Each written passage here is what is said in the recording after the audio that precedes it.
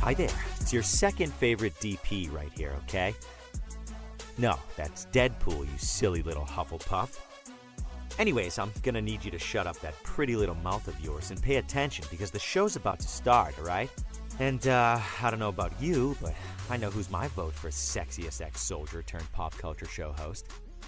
Alright, enough foreplay, let's get on with the show.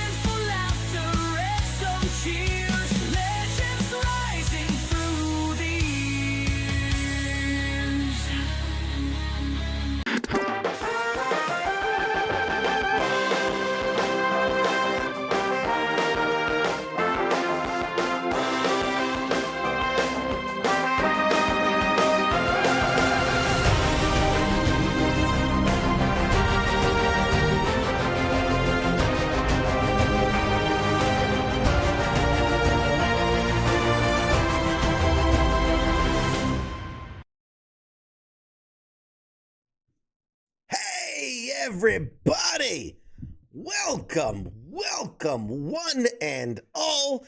Today is June 24, 2025. This is episode 208? 208. Yeah, that sounds right. 208. Welcome to the show. This is Pop Culture Warrior. It's the show where I stay up to date on all the ins and outs of what's happening in pop culture so you don't have to. And apparently I'm taking resume requests. So shout out to the guy who dropped his resume in the chats. Wrong place. But I can't do this alone, ladies and gentlemen. So without further ado, for what could be the last time, we don't know. Ladies and gentlemen, introducing Mr. Angry Elf. Hey. Hey, Say hi to the kids, man. Say hi to the kids. hi, kids. Oh. Resume. I was trying to look at that real quick. Why am I in the dark? Is my camera dark? I think it is camera. It is dark. See, it's brighten it up a little bit. I mean, I don't know. It's fine. Maybe he's trying to, apply for the co-host position. I'm trying to keep it in the dark. What's up, everybody? How you doing? I see you in the chats, Billy, Insomniac. What's going on? How y'all doing? Welcome to the show. Let's bring the camera in. Come in, will you? Damn, Mad Mike got fat. Oh, damn. Oh, why you gotta do him like that? Look, man. Not nice. God. Not nice. All right. Check it. What was I gonna say? Shit. Totally lost my train of thought. The fact that you keep miscounting the number of episodes we've done. Yeah, I've completely lost track of that. It is what it is. Real quick, before we get into the show proper, couple quick shout outs. First, someone gave me this, and they gave me it with the express purpose of making it a giveaway. And you would think, what? It's a t-shirt. Why is someone giving it away? Well, it comes from my inside source. So I got a good buddy of mine who may or may not be in the industry. I gotta be careful. I can't expose who he is. But he ends up on shows. And so this is an official Mayor of Kingstown season 4. These are crew shirts. This says hockey crew, but it's a crew shirt. The crew wore these t-shirts on season 4 of Mayor of Kingstown.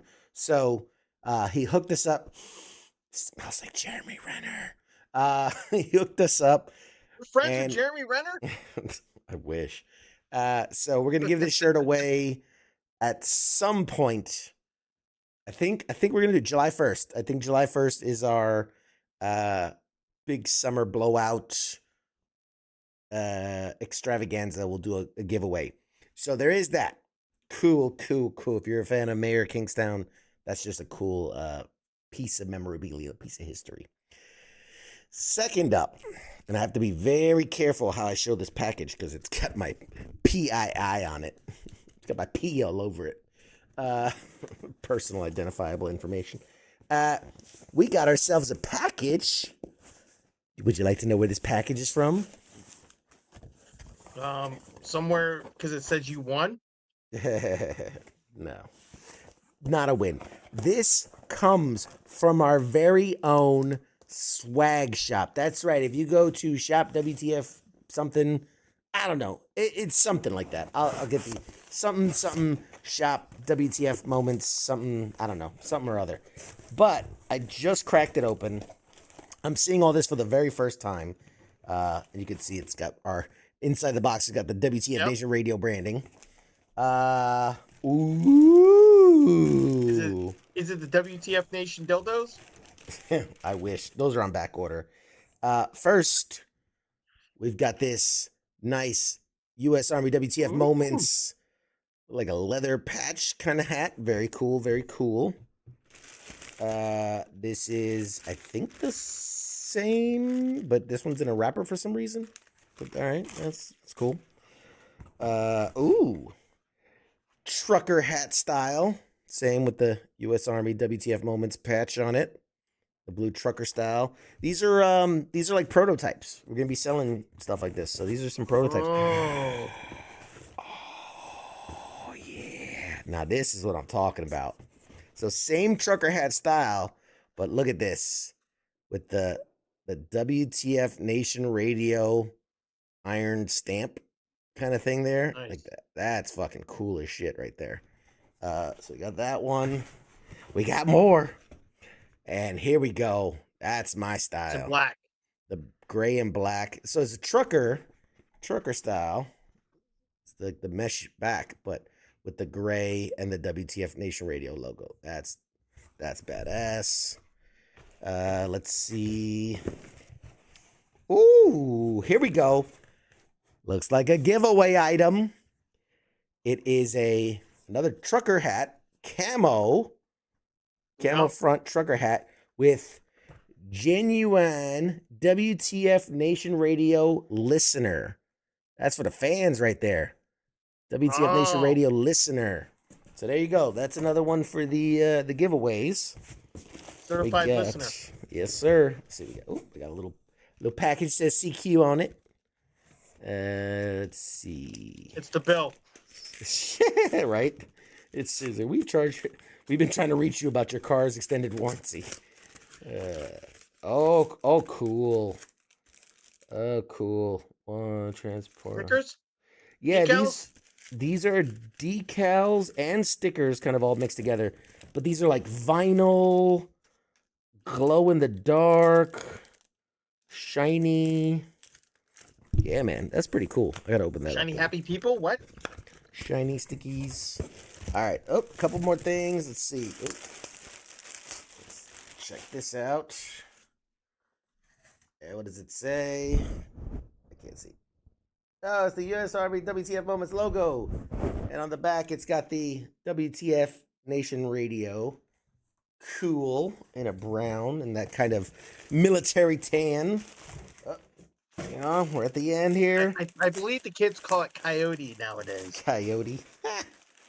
Grr. All right, hang on. All right, we've got this is contact your union rep, U.S. Army WTF M Local 214. Get it like DD 214. I like it. Yeah. We got. I dig it. Oh, the black WTF Nation Radio listener might be another giveaway. Listener shirt. Ask me because you can't wear that. Nope, because I'm not a listener. I don't listen to this nonsense. No. And last but not least, Produce it. another contact your union rep. USA WTFM Local 214. So there you have it. A bunch of packages. Cool. Shout out to the merch shop that sent us out some cool shit, man. I'm gonna rock this damn thing. This is, you know, I never take off the CQ hat, but that is just clean. That is clean, man. I like it with the WTF Nation Radio. Bling bling. Oh, it feels like metal too. All right, so we got glow in the dark stickers.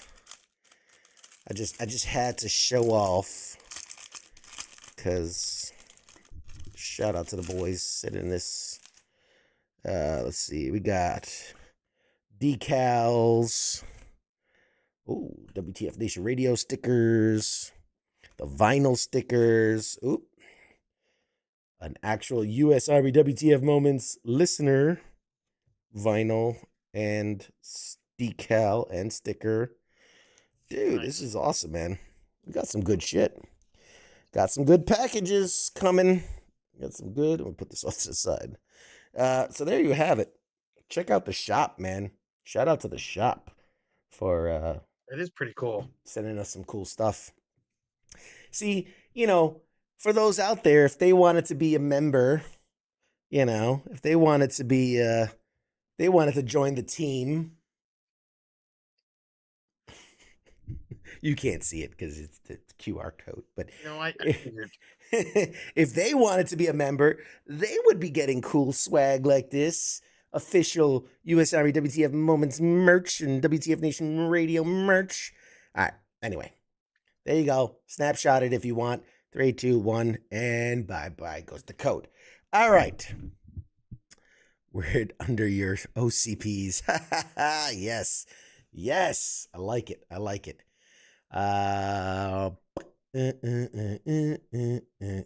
Let's see. What is this? Hey, GA. What is this? Hey, figure it out. Figure it out, man. You got this. I'm sure you're smart. You can figure it out. What is so what's up, man? What's been I feel like it's been a minute. It's been too long. I don't know when the last time you and I were on the show together. It's been a minute, man. It's been a minute. I mean, apparently my predictions were wrong once again. I mean, You mean you got shuntered by the pop culture warrior? You know, he had to school you up a little bit. For those that may not know what he's talking about, your boy Angry Elf made a bold prediction. Some would say a bold prediction that the summer movie tent poles basically would begin with Jurassic Park, led by one Scar Joe. Jurassic World, get it right. Jurassic World, whatever. Jurassic nuts. Same thing, I know. And it's not projecting well. Is that No. can we say that? Can we say that? Is that it's You yeah. think, what's it called? Failure to launch? Definitely. The upcoming Jurassic World Rebirth movie starring Scarlett Johansson could potentially be a big bomb at the box office, as the first estimates are in for the opening weekend, and they're the lowest of the franchise, which is including the original Jurassic Park movies. The estimates right now for Jurassic World Rebirth are that it will open around 115 million. That's for a 5-day opening weekend that drops on the 4th of July holiday. Yep. That's not good. That's not good. That's what we. Hey, first of all, does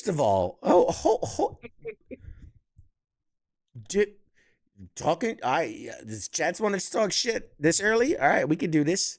Anubis says, "Don't worry, Angry Elf. He lost both rounds of Fire Tower." You know what? That's you bringing up shit from a different show. What? Okay, I will tell you this right now. I have played Fire Tower, we'll just say probably about 10 times. I have won one game.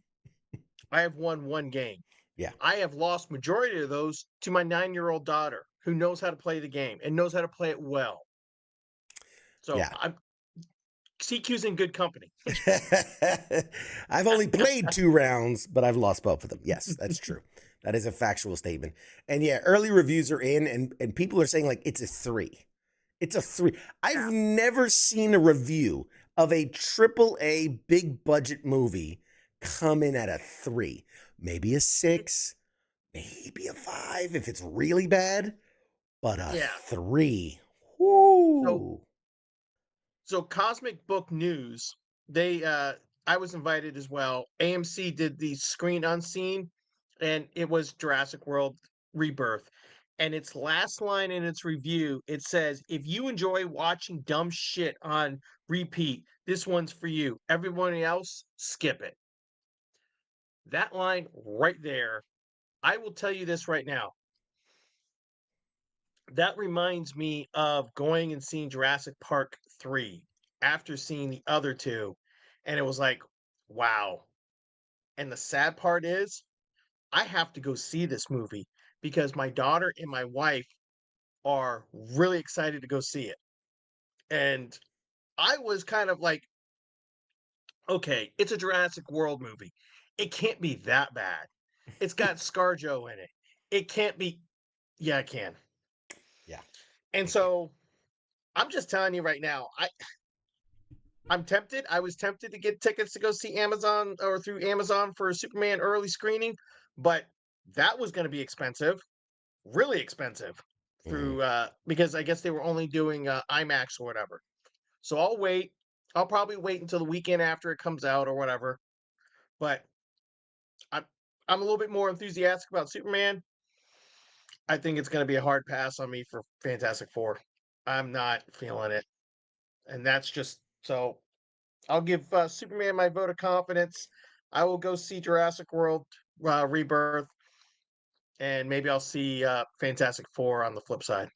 Mm, mm, mm. Well, let's pause right here in the conversation because we do have to mention we did not do a show last week because your boy CQ was at the early screening, I should say, of 28 Years Later. And when I tell you my expectations were rather low for this film, I'm a fan of Yeah, the original. The sequel was fine. It was okay. It was your classic, yeah, whatever. But man, I was blown away. And I don't say that often in theaters. There are a few times where I'm like, that was a great fucking movie. That was a great fucking movie. 28 years later, go see it. Go see it in theaters. It's that good. Um the first like 10-15 minutes I feel like was kind of a setup in that I was like, "Oh, I don't like this. Like I don't like the story they're trying to do. I don't like the yeah, cinematography because they were doing very like like the old school it was almost like propaganda-ish film where it was like intercut with like marching and intercut with like people doing bow, and it was this weird, like, yeah. I don't know what they were going for, and I was like, man, am I gonna end up walking out of this film so glad I did it? Because once you get past that, it's so good. It's so damn good. And then Yeah. for whatever reason, like the last 5 minutes of the movie, like when I tell you this is a movie, and they've announced it already before this came out, that they're like, we want this to be the first in a new trilogy of these movies. That always makes me nervous Right. because very much like the MCU, which we love, they're all interconnected. Originally, the MCU, why was it so good, right? Because Iron Man was a great movie of its own, and Captain America was a great movie of its own, and Thor was a great movie of its own. And then they just ever so lightly connected into the culmination of the Avengers. And that was great. But phase two got into this thing where it was like every movie was just a tease for another movie. And it Yeah. never felt like a great movie on its own. Does that make sense? Like, yes, it was part of the Oh yeah. bigger tapestry and all this and all that, but like they stopped making good movies of their own right. Very few of them. Knowing going into that this was going to be kind of part one of this new trilogy, this is as complete of a story, start to finish, as I have ever seen in these kind of connected universes, where like it was a really good story, a self-contained story with Right. just enough breadcrumbs to go like, this might be important another day, and this might be important, but without beating you over the head with it. Um, Yeah. the shooting style was great. The One of my biggest frustrations with a lot of these horror movies is that people will do things where you're like, no rational person in their right fucking mind would do that. Right. There wasn't any of that I can think of. Like every person's action, although some of them were dumb, felt like it Yeah. belonged in the narrative. Like it belonged, this is a movie about an apocalypse 28 years later, right? Like this is they've been in this sort of mindset for 28 years. So, yes, do they do dumb stuff? Of course, cuz that's how you get action, and they do Yeah. dumb stuff. But everything felt very much like you're like, I understand why he did that, or I understand the need for that, or it just never once did I go, oh, I can't believe that's what they went with. You know what I Right. mean? It was really good. All that to say, and yes, Leon put it in the chat perfectly. Alpha. I must warn you. There is some graphic scenes in this movie that have nothing to do with the zombies doing zombie things. I don't want to Be more spoil vague. it. I don't want to spoil it more than that. One, if you are uncomfortable with male frontal nudity,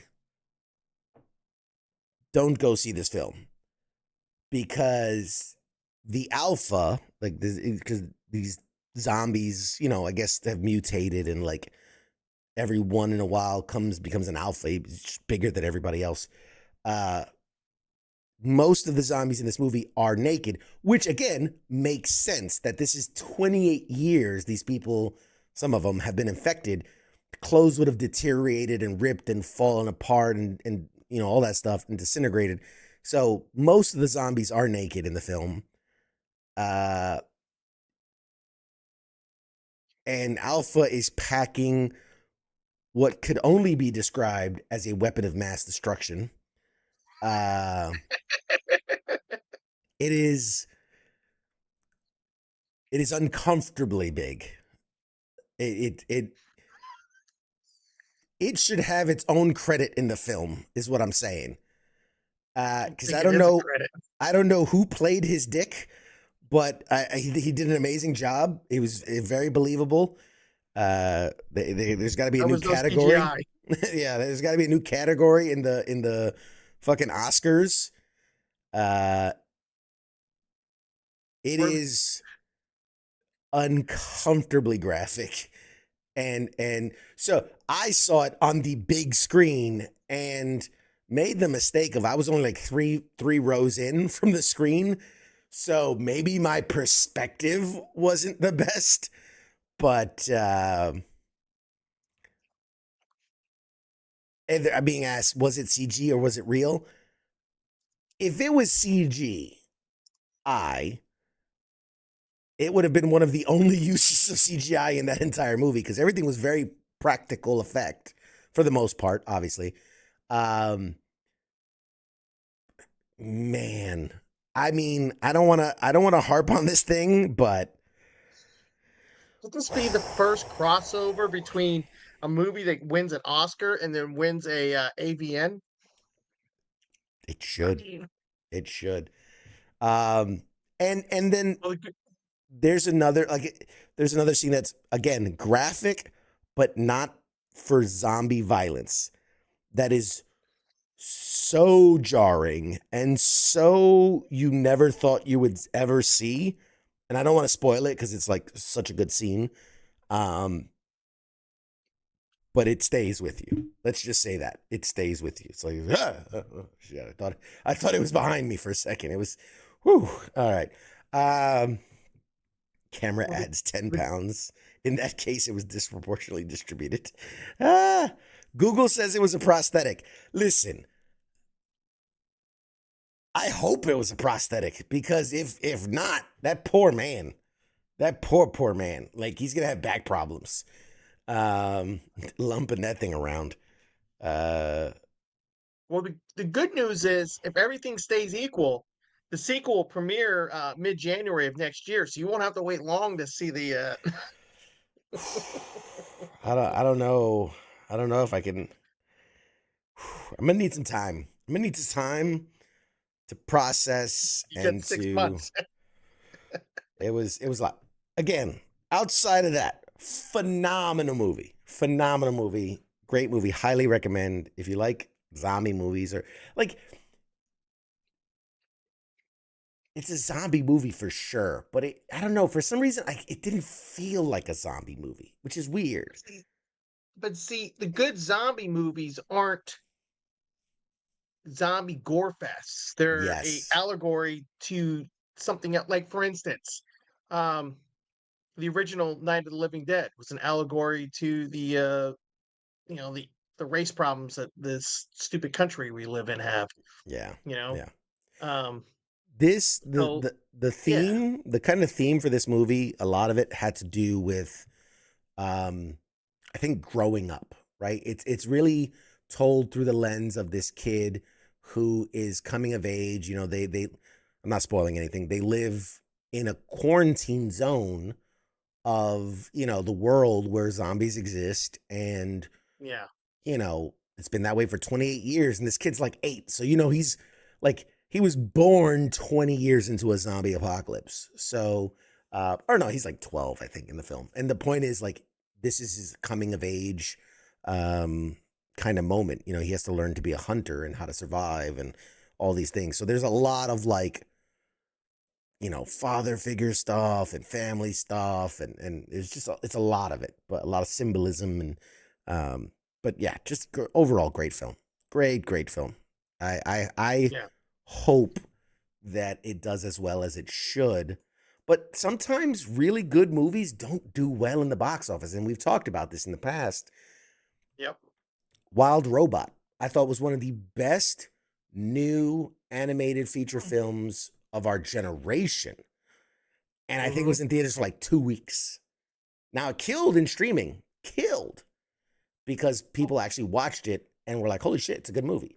Um, so my worry was that was going to be this, in that, Yeah. you know, it was going to do really well, or it wasn't going to do well in theaters, but that once it came out, it was going to do really well. But let's see, last weekend box office. And Yeah, that's what I that's the figured. That's what I figured. But go ahead. Go ahead. what? No, what did you figure? Where did it sit? Where it land? So, 28 years later came out the same weekend as Elio, which was the big, we talked about this big animated Disney Pixar movie, which so Yeah. many people want original stories. Well, guess what happened? Elio premiered at number 3, just slightly ahead of Lilo and Stitch, which is in its like 5th week. Um, 28 years later was second, Right. but still number 1 after 2 weeks was How to Train Your Dragon at 36 million. But this makes me happy in that I did predict How to Train Your Dragon was going to be a big Well, yeah. blockbuster hit. 2 weeks in, it's at 160 million gross, domestic, not worldwide, domestic. Right. So I'm happy I was right about that. Points for Pop Culture Warrior, and B, like, given and How to Train Your Dragon was good. I saw it. It's good. It's very good. Is Yeah. it a new story? No. Is it a faithful adaptation or reimagining or remake of a? Yes, it sticks pretty well to the thing. So it made 36.5 million. 28 years later, on its opening weekend, made 30 million for a film that is in almost 1,000 less theaters. And it's in its opening weekend compared to How to Train Your Dragons in its second weekend, and it only made 6 million less. That's not bad. That's not Nope. bad. You know, How to Train Your Dragon is this huge And franchise. Yeah. I was gonna say, How You Train Your Dragon's PG, right? Mm-hmm. And obviously, 28 years later is a hard Very R. R. Um, hard R. Hard R. Hard Yeah. R. So, I mean, that's pretty good in of itself too, because usually rated R movies, because you've only got a small portion of the audience that can go see it, you know. Um, and that's, yeah, I think I think it'll do fine. If I The real question will be what comes out this weekend? Anything? This weekend, what comes Oh, out this Megan, week? right? Yeah, Megan 2.0. Maybe. But then It'll again, do that well movie, just because it's a sequel. yeah, but I mean, I'm just thinking these two movies in its second week will Megan beat out 28 years later? That's a real question. You know it might, because Megan's PG-13. Which is so stupid for a horror movie. So dumb. I hope, this is my hope, that the word of mouth for 28 years later is so good that it still beats out Megan 2.0. Because Megan 2.0, let's be honest, it's a cash grab. It's a Oh yeah. joke of a movie. I haven't even seen it, and I can tell you it's going to be a joke of a movie. It's so goofy. It's so goofy. And the Uh, fact that it's jumping, it's not even horror anymore. If anything, it's a horror action, which yeah, horror comedy, action comedy. Phil says I'm more excited about Jurassic Park. Oh man. Oh God, love it. But yeah, highly recommend. Go, do me a favor. Go see 28 Years Later. Everyone in the audience, they deserve recognition for what they did. You know, I put it akin to like what Top Gun Maverick did. Coming back to source material so far removed, telling an original story, at least, and the difference is 28 years later, there's nobody from the originals or anything like that. Even though they did announce that, what's his name, Cillian Murphy is coming back in the is Jim. sequels. Yeah, he's coming back in the sequels. So, but I'm just saying, for what they did, is it's really incredible. It's really incredible. All respect to the team behind 28 years later. I have seen so many movies lately because I've seen Thunderbolts, Yep. Ballerina, Mission Impossible. My God, so many films over the last couple weeks I've seen, and by far and away, I think 28 Years Later was the best of them. The best of them. That's saying, that's going up against heavy hitters. Heavy hitters. So go out and see it. What else? What other news we got? Oh, here's a story. Who doesn't love Darth Maul? Because Darth Maul is coming back. Sam Witwer, Yes. who fucking is supposed to come on my goddamn show, and he keep fucking. But you know what? I can't blame the guy because he, like the last time, He's he's like, busy. yeah, he's like, I'm kind of working on something I can't talk about right now. Hey, what's up, US? I don't know what the hell that is. Share it out. Thanks, man. Appreciate it. Uh, so yeah, he's been busy. Sam Witwer's been busy. And the last time I spoke to his people, they're like, look, he wants to come on the show, but he's working on something right now. He can't talk about it yet. So when he can talk about it, we'll set it up. So now maybe he can fucking talk about it. He's Yeah. obviously, because he's talking about it. But it says Sam Witwer revealed about the show Maul Shadow Lord, explores how Maul handles a galaxy with no Jedi. Maul will question his master's empire. Will ask if Maul is as bad as Sidious or Darth Vader. Bad guys versus worse guys, and it wasn't Maul's show before, but now it is. It's a lot of I interesting think that means that comments. it kind of evolved and Right. included Maul, or Maul was involved, but then they decided to bring him front and center. Because that's I'm excited for this only because of that.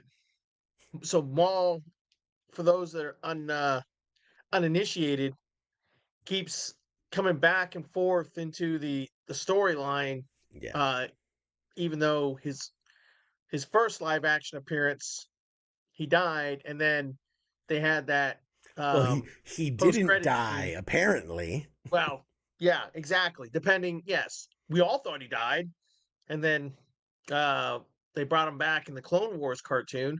But his other live action appearance that threw everybody for a loop was at the end of Solo, um, when he shows up giving orders to Kira, and it was like, unless you You were mean initiated, you were like, Daenerys Targaryen? Okay, get her night, mother of dragons. All right, that's yeah, but her name in which the no. show, or the excuse me, the You put some yeah, respect on her name. She's the mother of dragons. okay, fine. She was Sarah Connor 2.0.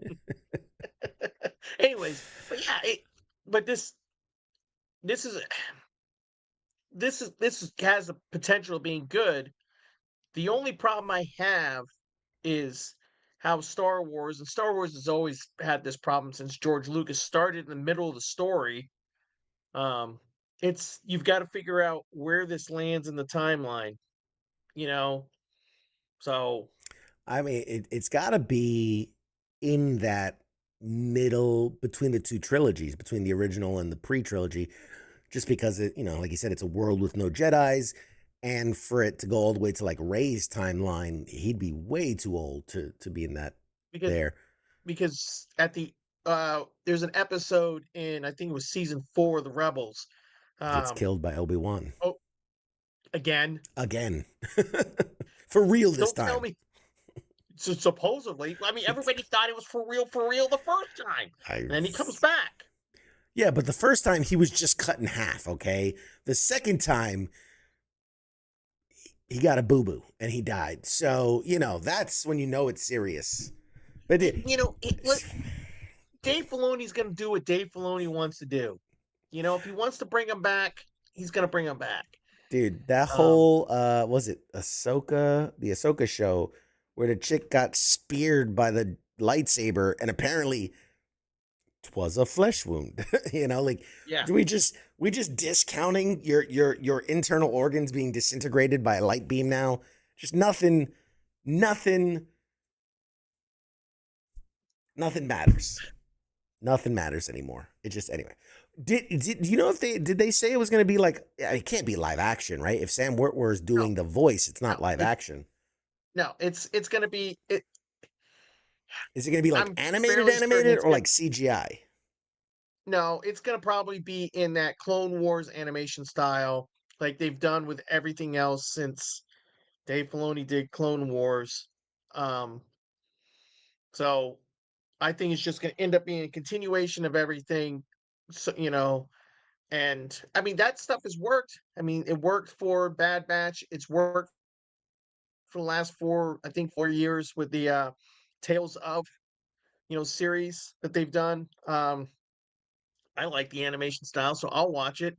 The real question that people are asking is, since this takes place during the dark times, will we finally get an answer to who's the better Sith Lord, Darth Vader or Darth Maul? There's speculation that they could fight, you know. Possibly. I don't think they would do it though. The other thing is how much. What was it called? The one that Sam Witwer did. He did the voice and the mocap for that one game, Force. Oh, the Force Unleashed, Force Unleashed. and he played Star Killer.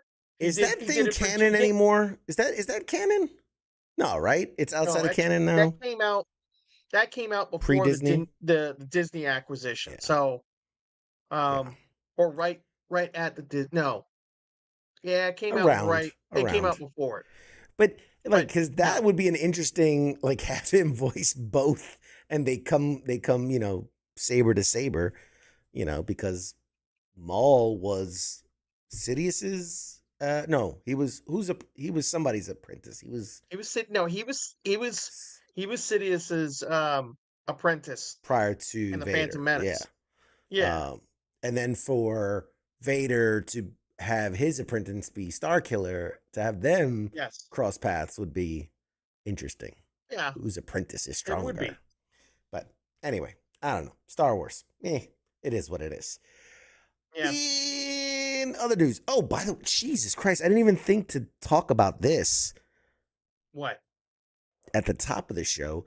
We got a guest tonight. And I apologize. The reason it wasn't on the top of my mind, it's a pre-recorded segment. And it's a segment that I did, I hate to say, like 14 days ago. It was supposed to air on last week's episode, and obviously we didn't have a show, but it's with Scott Adkins. If you don't know the name, you should, because the dude's a legit badass. He's been in, most recently, John Wick, Chapter 4. He was the Russian dude with the fat suit that fought Wick in the rainy scene. But he's been in, Undisputed and like Adventure Man, and he He was in Doctor Strange. He was one of the acolytes in Doctor Strange. He he portrayed the Weapon 11, the knockoff Deadpool in X-Men Origins Wolverine. Yes, yes. The dude's a master martial arts expert, an actor and writer and producer, and it's a great interview. It's short. Admittedly, it's short. I caught him. I think he was like about to leave to go film in like Korea or something like that. But he sat down with us for about 30 minutes, and it's a phenomenal interview. We had a great chat. So stick around for that at the top of the hour. We're gonna play that. And yes, Scott, I see your message. I'm an Xbox guy. You're a PlayStation guy. We've talked about this. It's been discussed. And I'll be the first to admit that I was wrong when I said that I think Xbox is getting out of the console race and is going to move towards software. Now, caveat on that, because we were talking about they're coming out with the handheld, which to save face, I'm gonna go ahead and say I was kind of right, because they're not making it, they're not physically producing it. It's a Steam Deck is pretty much what it is. It's just got Xbox, software. So I'm doubling down and saying I still think it could be a possibility. The recent announcement, and I don't know if you've seen this, I forgot to save it and send it into our little group chat, but Xbox has announced a partnership with Meta, and they're coming out with an Xbox Meta Quest. It's called like the Xbox Meta 3 or S, some nonsense. And it's all blacked out Meta with the Xbox, neon green. And it comes with, obviously, the two controllers for the Meta, but also an Xbox controller. And I see it. It boots straight into the Xbox UI. So when you put it on, you can play your Xbox games right in your headset in that 27-foot size virtual screen. While also, being able to do everything a Meta does. So I'm for it, man. I'm for it. I'm with it. Go ahead. No, I was gonna ask, how much was the Steam Deck thing? Or no, you guys were speculating on We the were speculating. price. Yeah. It's probably going to be about $800 is what it's probably going to be. So these goggles, I just Googled it. Mm-hmm. $399.99. So $400. I mean, kind of cool. I mean, that's cheaper than or it might be the same price point when PlayStation released their Just about. PS5 VR stuff. Which, Yep. I mean, So I have the original version, but I'm not going to get the updated. This sounds kind of cool. it says here the Meta Quest 3S Xbox edition is available today. As of today, $399.99. Comes loaded with everything you need to start gaming on a massive virtual display the moment you open the box. The bundle includes custom 128 gig Meta Quest 3S in Xbox's classic carbon black and velocity green, matching Touch Plus controllers, and a limited edition Xbox wireless controller. You get 3 months of Meta Horizon Plus, 3 months of Xbox Game Pass Ultimate. I mean, if this is a device that does everything Meta does, the Meta Quest does, and you're able to play your Xbox games and all that, that's a win. That's a win. And again, I think Xbox is being smart. They're going, let's get out of the hardware. Let's they're just licensing out Xbox now. They're just letting people slap Xbox logos on whatever they make. We're gonna get an Oakley Xbox Oakleys pretty soon. They're just like, screw it. Let's just put our logo on everything.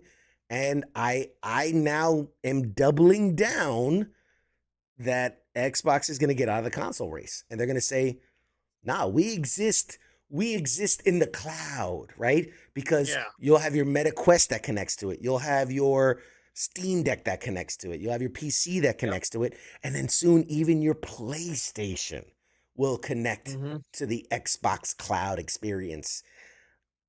I mean, it's a So win. It's a win. if I wanted to shell out $428, because that's plus tax, I could Hmm. have it Friday.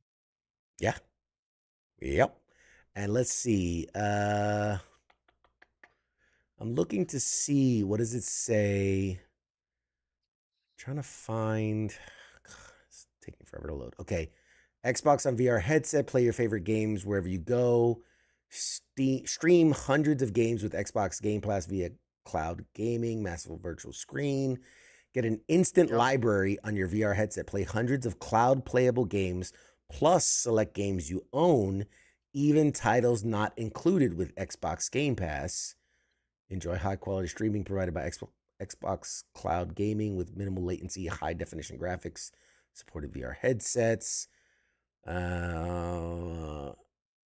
And I mean, it's gotta have, because it's got the MetaQuest controls, so it also has to play, all it's MetaQuest VR headset compatible.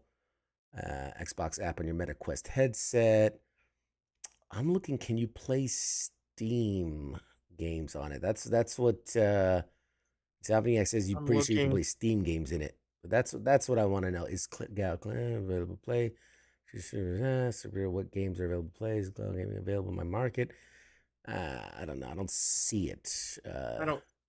I don't see. Need to Yeah, play all I see is memberships. Xbox and Meta Quest games. Yeah. So I mean, and even if that is the extent of it, I Yeah. mean, still, you're getting. It's funny enough. I just did a VR event. I went with a bunch of guys. We went to a VR place not too far from me, and it was cool. But at the same time, like I'm like, I hate to say it was like such old school VR, but it was definitely like VR from like 3-4 years ago, maybe even Right. like pre-COVID VR. So it's like the real big clunky headsets with the really big clunky hand controls.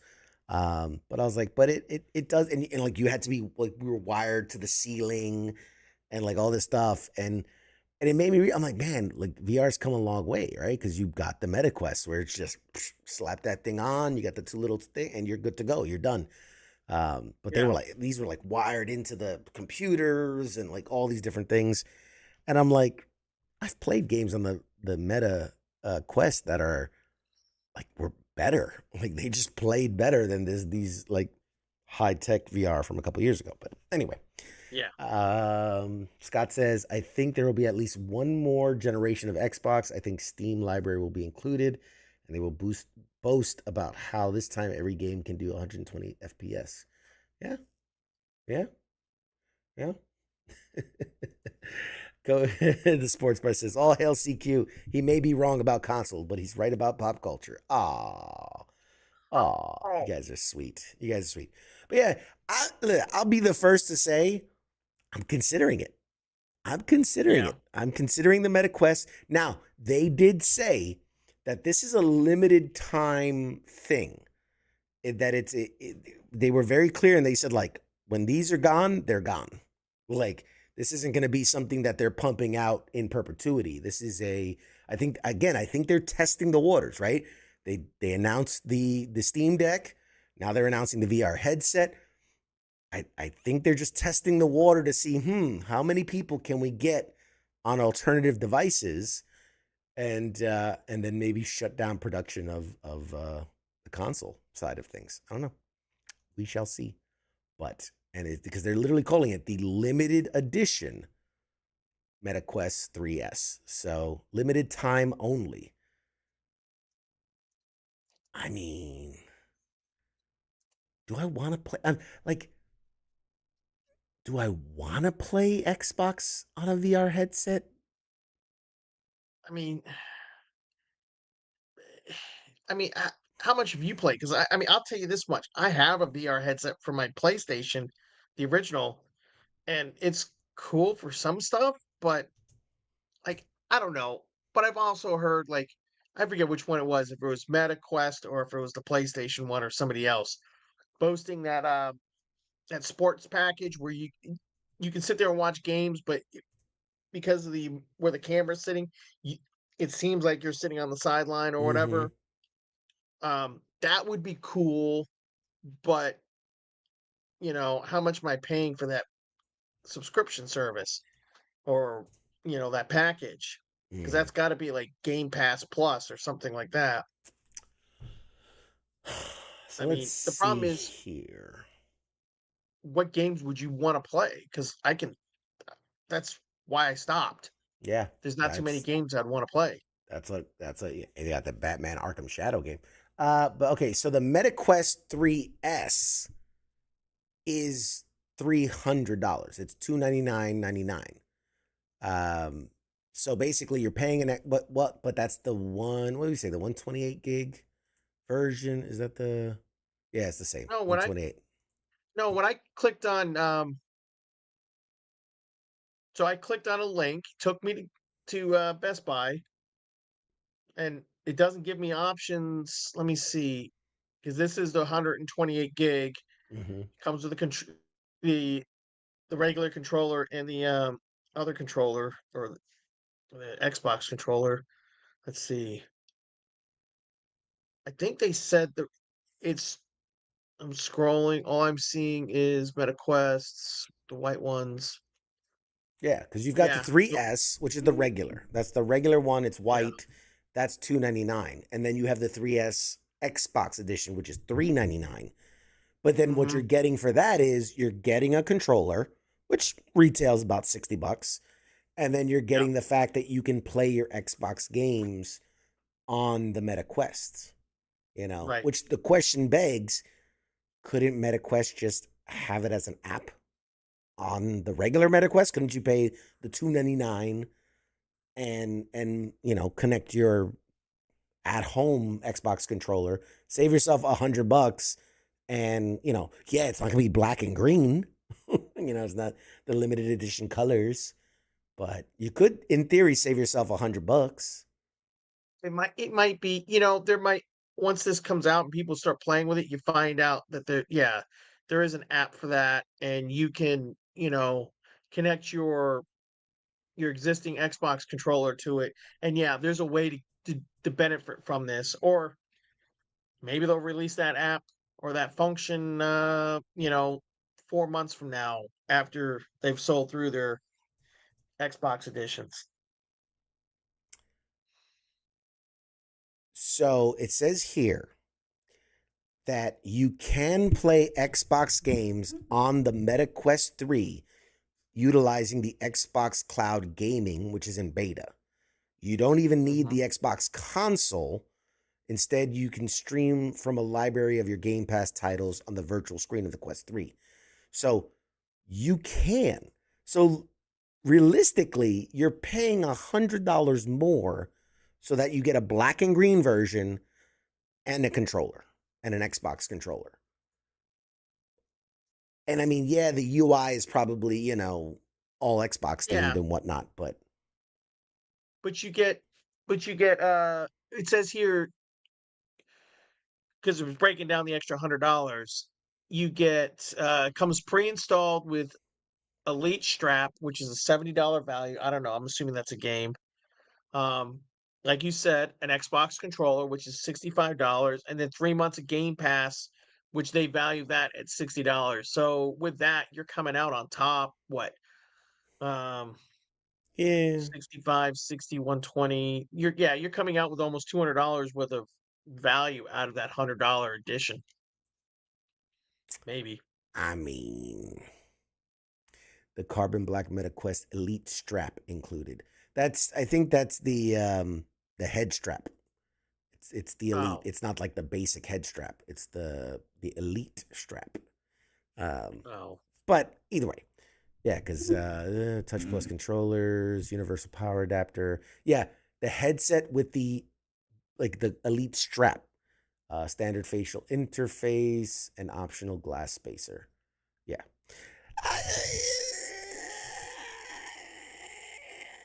I mean, maybe it's worth it. I don't know. I don't know. I don't know. I'm really like, dude. I'm literally like wavering back and forth of like, should I get it? Should I not? Should I get it? I mean,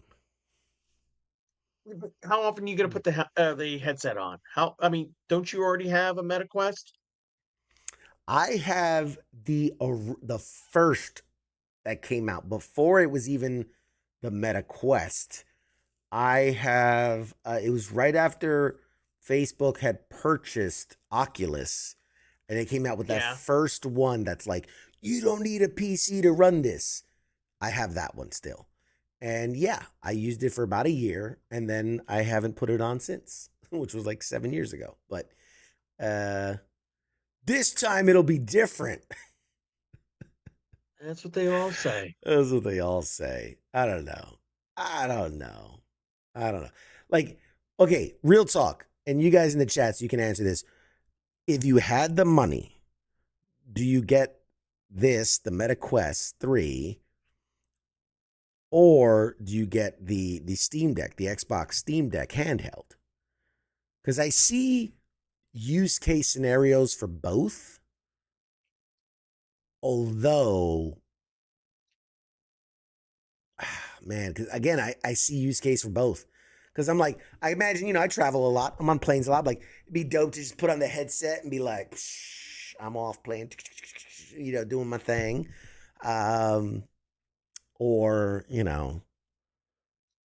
have the handheld and I'm doing But whatever. wasn't one of the handhelds limitations you had to be on the same Wi-Fi as your system? So that is true for most. That's true for like the Switch and the PS Portal.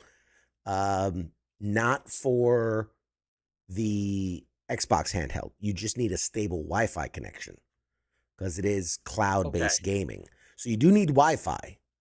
But I'm like, if you have a strong enough phone, you can just Wi-Fi right off your phone. Yeah. No, like you were just saying, because I was thinking about it from terms of sitting in an airplane playing your game, you would have to have really good Wi-Fi, and you're gonna have to be paying, some serious primo, or using all your Sky Miles. That's true. Let's see. Insomniac, how good is the graphics card on it? For the headset, Oh, it's man, I probably gotta be just saw straight. that too. So on the headset, it says 2 times faster GPU processing power compared to the Quest 2, 8 gigabytes RAM for better system performance. Storage option 128 gigs, 2.5 average battery life.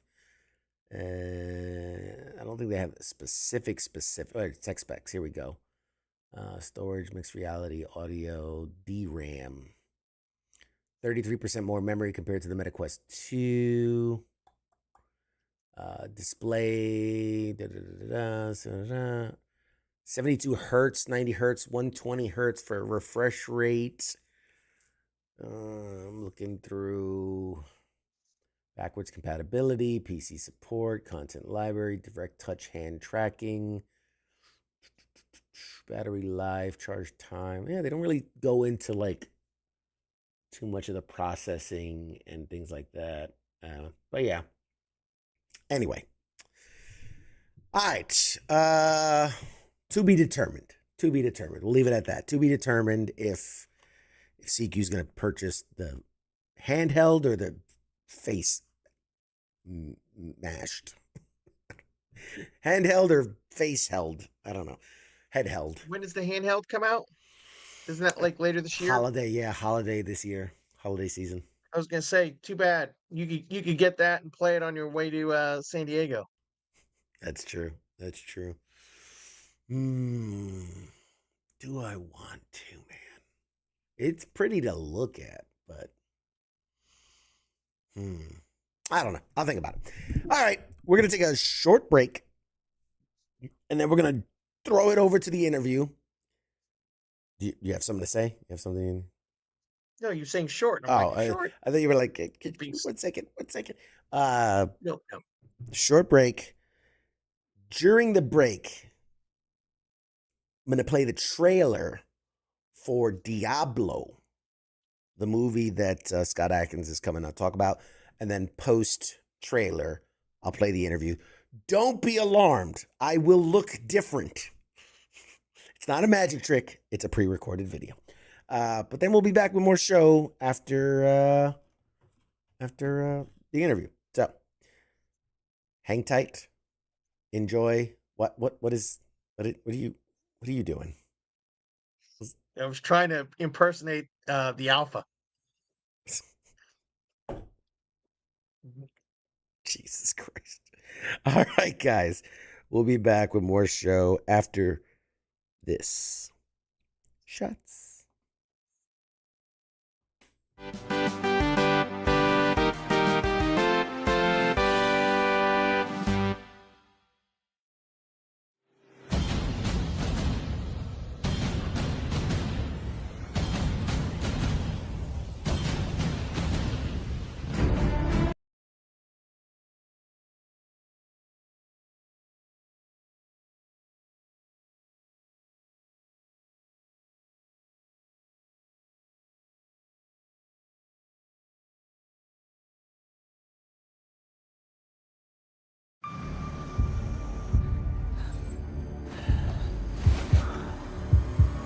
Where's the money?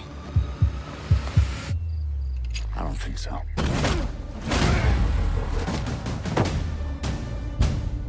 Hey. Hola, papi.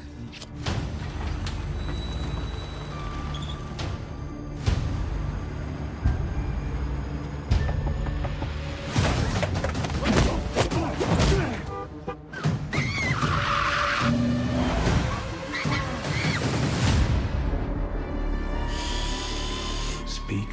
The call got grabbed this morning. It's an opportunity.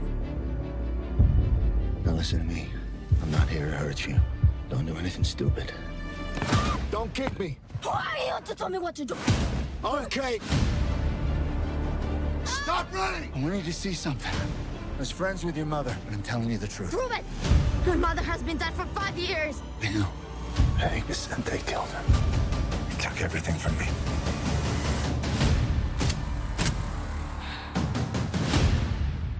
Tell him the safety's on.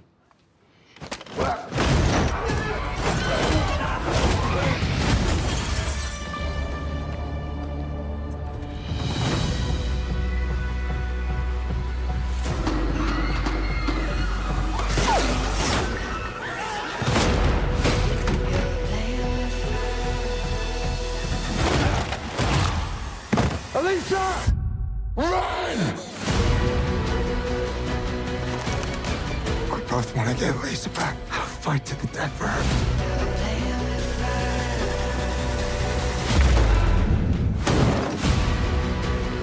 Where is that psycho? I hired him for a job, but he crossed the line.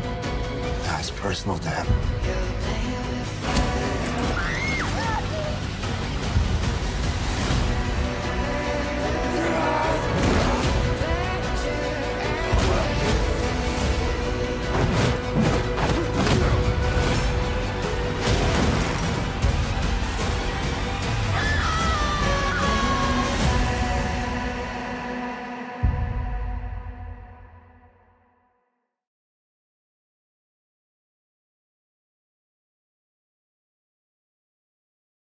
First off, thank you for joining us tonight. Really appreciate it. I want to dive into it since we have you for such a limited time.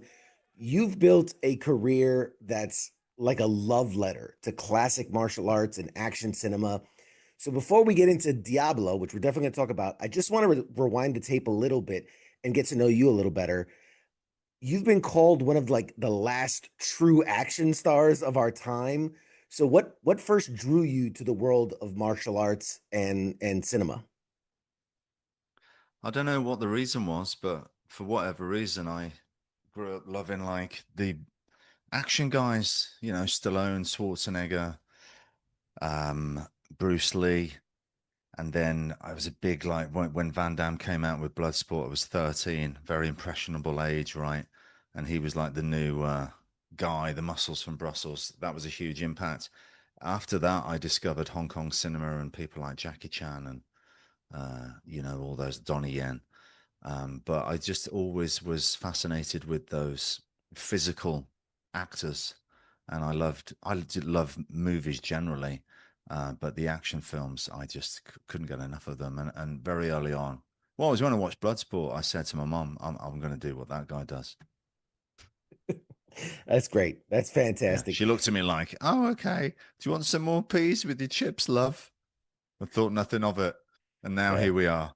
Let's go get you a Happy Meal. You'll be fine. Yeah. So you've trained obviously in multiple disciplines. I'm curious how that shaped your approach to action choreography on film. Well, the more you know, the better equipped you are to come up with some more interesting stuff. But, a punch is a punch and a kick is a kick. Weapons is easier and all the rest of it. But really, it's how you shoot it. The choreography for me is less important than how it's captured on film, because you could have the most amazing piece of choreography that's ever been invented, but if you film it from a bad angle, it looks like crap. So that's the whole skill, really. It's how do you fill the frame with beautiful action? It's no good having two guys here stacked fighting. You don't see much of what's going on. Let's bring it out like this. Now you got the two guys, but now you've got to make the punches hit. It's more difficult, but that's the skill of it, filling the frame with balletic action. It's so well said. So Diablo specifically, what we're here to talk about, what can fans expect from this movie that kind of sets it apart from, other films or your other characters in movies? Well, I think it's a good story with good characters, very interesting characters, especially with Marco's character. But there's a hell of a lot of action in there, as I always try to deliver on that front. But you strip all the action away, you've still got a compelling story with good characters that you're interested to see how this goes. And we may even pull on your heartstrings a little bit. It's an emotional story, but we've got some kick-ass action in there as well. It's awesome. And speaking of the action, I mean, obviously doing as much as you do in a film, for this one specifically, what was maybe the most challenging stunt or sequence that there was in the film? The fights are always really challenging. Keeping up with Marco Zaror, who's incredible. He's like the most athletic guy that I've ever met. He's just a phenomenal athlete and martial artist for real. So keeping up with him was hard, and but it was difficult. Like in 2009 when we first worked together, but he hasn't missed a step now. He's still seems like the same guy from back then. Um, I did some little stunts because in the last week we were filming that, and I thought, well, I'll go on then. I'll smash myself through the window. Why not? So I do it when I can. But to be honest, if that was the first week, I might have been thinking, maybe I don't want to get injured, because we've got such a tight shooting schedule that when you get injured, you're stuck with the injury then, and you've got to continue. But because a lot of that stuff happened on the final week, I was like, yeah, let's do it. It's like, yeah, screw it. I got time. I'll Yeah, I'll go to the recover hospital after this. It's fine. Got nothing drop me better off, to do. pack it up Yeah. and drop me off. And you kind of touched on this a little bit, but in the modern day of action films, it's like I just always feel like it's way too overly cut. It's very CGI heavy, and a lot of the stuff that obviously you do, it kind of bucks that trend. So I'm assuming for this one, and something to get people on board is, do we still have that very authentic action style in Diablo? Yeah, you better believe it. I'm not going to be credited as producer and let them cut it to death. First of all, first rule is don't give them anything to cut. Just shoot what you want sequentially and edit it in your mind. Don't let the editor figure it out, unless the editor is your director, Ernesto Diaz Espinosa, and then you're fine, because you're working with someone who gets it. But yeah, I try to not give editors anything to cut, because I don't want them to mess it up. Yeah. When you watch film, and because obviously to do this kind of work, you also have to be a purveyor of it and watch it and absorb it. What are your pet peeves? What are you looking for in those action movies where you're like, they screwed that up? You know what? I'm a pretty good customer, to be honest. I want to be entertained. I want to enjoy things. I always go into it like being pretty lenient. But obviously, when it comes to the action, I've probably got a bit more of a keener eye than most people. So yeah, that whole shaky cam thing completely does my head in. And it's not so much shaky cam, it's shaky cam plus quick cutting that doesn't let you understand the geography of the room or the scene or where people are and where they're coming from.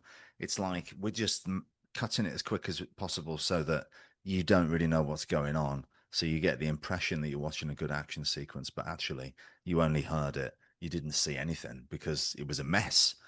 So that I hate stuff like that. Um, but I think I'm quite a forgiving audience member, really. I want to be entertained. I go into it positive. Like it. No, that's a good answer. Military guy, so it's always trigger discipline, weapon handling, and you, Oh like you yeah, said, you that's your want to pet enjoy peeve, yeah. it. You want to enjoy Yeah. it, but it, I it's wonder, it. did you see a movie I did called One Shot at all? I think I've heard of it. I don't think I've actually Check that seen it one though. out because we Okay. had a military advisor on that, and I think we did things pretty much by the book. English military advisor though, and we're playing Navy SEAls, so you might have got some things wrong, but I think that's worth watching out. Is that are I'd you like to driving on see the what he wrong feels side of the about that. road? The Yeah, guys are driving on the wrong side of the road. It's mm, fine. It's fine. no, not Um, that bad. now, I mean, looking at your IMDb and your career history, you've gotten to work with some iconic directors, co-stars. I'm curious, who has pushed you the most creatively, and maybe who was just an absolute blast to be with on set? What, director or actor or? I would your pick. Yeah, well, I mean, gosh, I suppose I can say Chad Stahelski with John Wick 4, um, because it was such a from left field sort of ask. When he phoned me up and he said, "Yeah, I want you to play this guy. He's called Killer, but we're going to put you in a fat suit, and you're going to be like a Turkish German, and maybe you can be asthmatic and all this." Like, I was trying to get my head around it, working on the accent and the part, not actually visual. I couldn't visualize what the guy was going to look like because I needed to put everything on, and it was done in stages, the head first, then the bodysuit and everything. And it was John Wick 4, everyone's going to watch this. So that, like, creatively, that was a real challenge, but I relished the opportunity and it was great. So that one sticks out. But also going back to Boyka, like, whenever you can really create a character, I mean, that's it. That's what acting is all about, right? So those are the most rewarding experience when you do that and you pull it off, like Boyka, Avengement, or John Wick 4. It's great. When you create these very iconic characters, how easy is it? Because I think of like sequels. How easy is it to slip back into that role?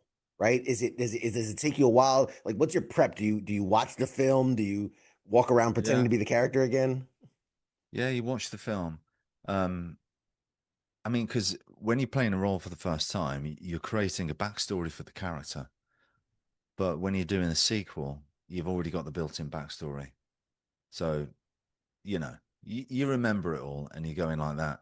But I remember I did Debt Collector with an actor called Lewis Mandalore, and we did Debt Collector 2, and we had a great sort of banter, buddy sort of like repertoire in the first one.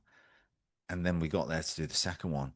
And I remember Lewis and I being like, I don't know, it feels forced. Are we pulling it off like we did in the first one? We weren't sure if we were gelling the same because we didn't really think about it on the first one. It just happened. And now we're trying to recreate it for the second, and we're second guessing ourselves and all sorts. So that was an interesting one. Okay, okay. Now, how hands are you in crafting the action in your films? Like, are you heavy into the storyboarding of it? Is it more improvising it in the moments? Where do you fall in that? With the action, Hmm. yeah, you don't want to be improvising in the moment in an action sequence. Someone will get hurt. It's staged. very meticulously. And the way to approach it is to, in the gym, pre-visit, we say. So you're filming it with a cheap camera with some stunt guys, figuring out what the best angle is, cut it all together, sign it off with the director, producers. You happy with this fight? Okay, cool. That's what we're going to shoot on the day when we're really spending the money. As far as me, I like to work with the fight choreographer. Um, I don't find it that enjoyable to choreograph the fights. I'm more about how it's shot. But I have done it in the past, and obviously, it's me doing it all. I put my input in all the time. The most choreography I ever did was Accident Man 2, not by choice, but we had a few people fall out. But generally, I like to get someone else in and I put my input in, and it's like writing a script. I've got a few ideas, but I don't want to sit there looking at a blank page. Somebody else do it, and I'll just throw a few ideas in and mess with your work. That's the way I like to do it. Yeah, you noodle, right? That's the thing. I noodle a bit, Just like to mess about with other people's hard work. And what do you like for this movie in particular? What do you kind of hope that audience leave with, right? What do they take away when they finish watching this film? Look, I just want people to be entertained and watch a good old-fashioned, old-school, hard-hitting action martial arts film with a good story and great characters. And I just want people to have a fun time and have that experience that I had when I was a teenager watching these types of movies, which obviously, this is a throwback to that era, because everyone involved loved that era, and that's what we're trying to recreate. And we hope that the youngsters of today will appreciate it too, because, when you see people that can actually doing it in camera for real, it's much better than the alternative. Come on. I couldn't agree more. Yeah. You have, I would assume, a very rabid fan base that's also very international with all the work you've done. I'm curious, can you give us a glimpse? What's maybe like the craziest fan interaction you've ever had?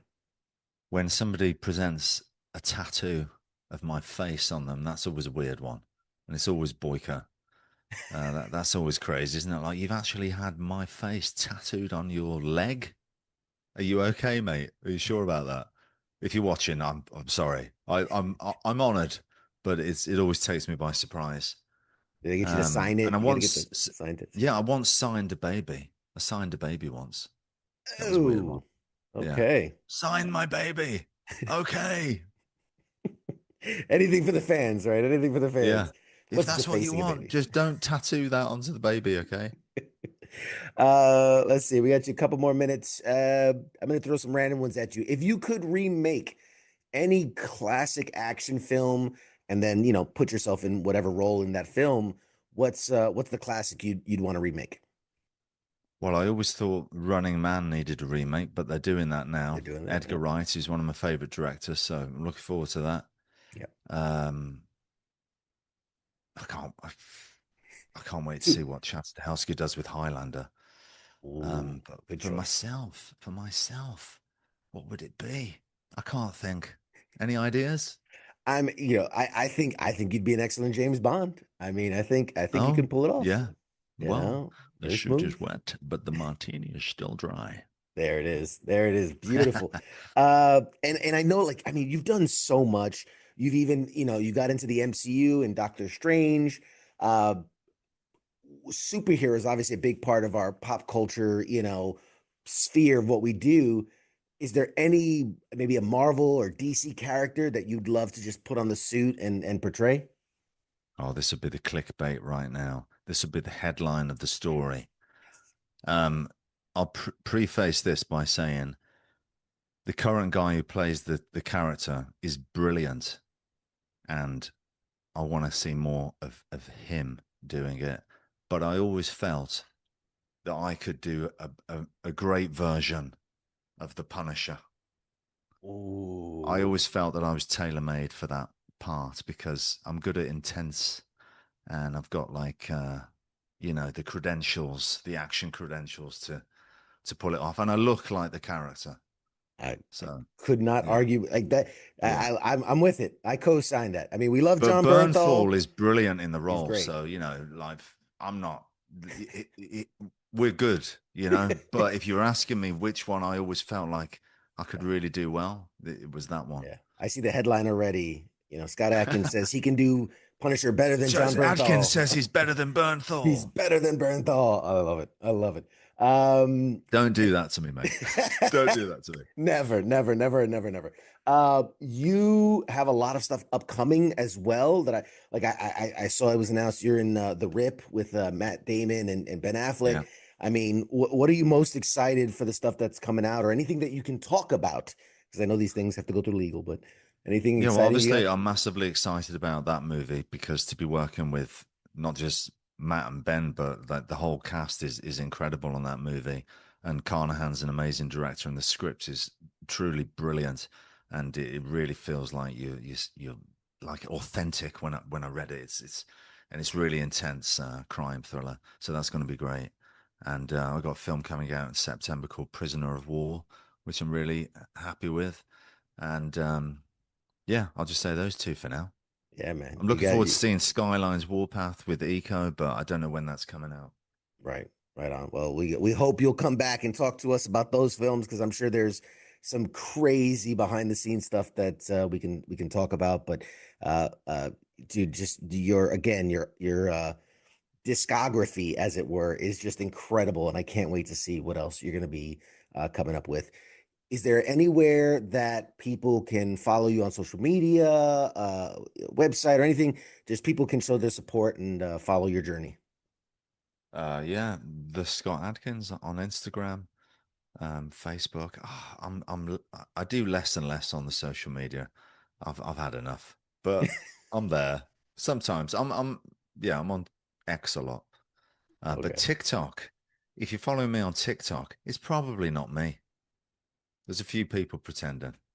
Okay. See, there you go. There's Yeah, the headline. He's not on yeah, TikTok. Don't get suckered in. yeah. And Uh, there's loads of people on Facebook pretending to be me. Don't be stupid. Don't fall for it. Come on, use your head. Look for the blue tick first of all. yes, absolutely. And ladies, don't be the guy. Don't get caught. I mean, this guy would destroy you. In real life. He's coming after you. Uh,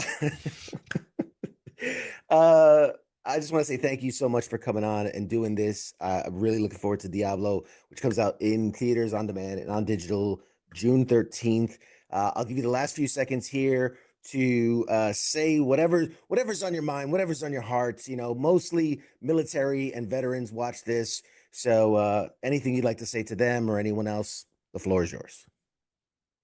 Well, military guys, I think check out One Shot. One Shot. The first one's called One Shot, and then it was One More Shot. It's about these Navy SEALs, and I think they'll like that because it's pretty authentic. Let me know if it isn't, but I think we did a pretty good job. I'm sure. I'm sure. Yeah. Ladies and gentlemen, Mr. Scott Adkins, go see Diablo and then keep an eye out for all the other things that are coming soon.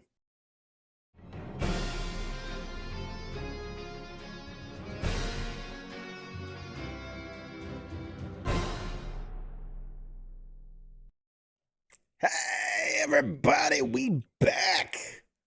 We back. You like how I did that quick change?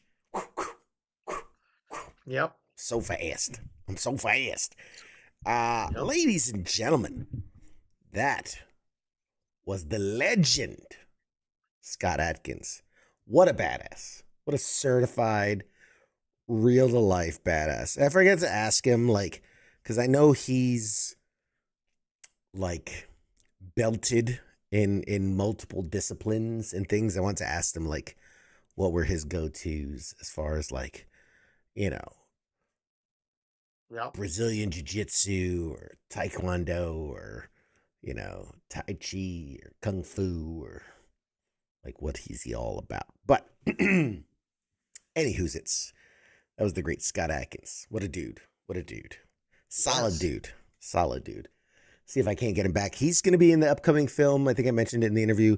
The Rip with Ben Affleck and Matt Damon. So see if we can't get him back to talk about that film, because I'm sure there's a lot that he couldn't talk about right now, but that he'd like to talk about later. So, but yeah, really nice guy. I got to talk to him a little bit before and after the interview, and just a really, really sweet guy, man.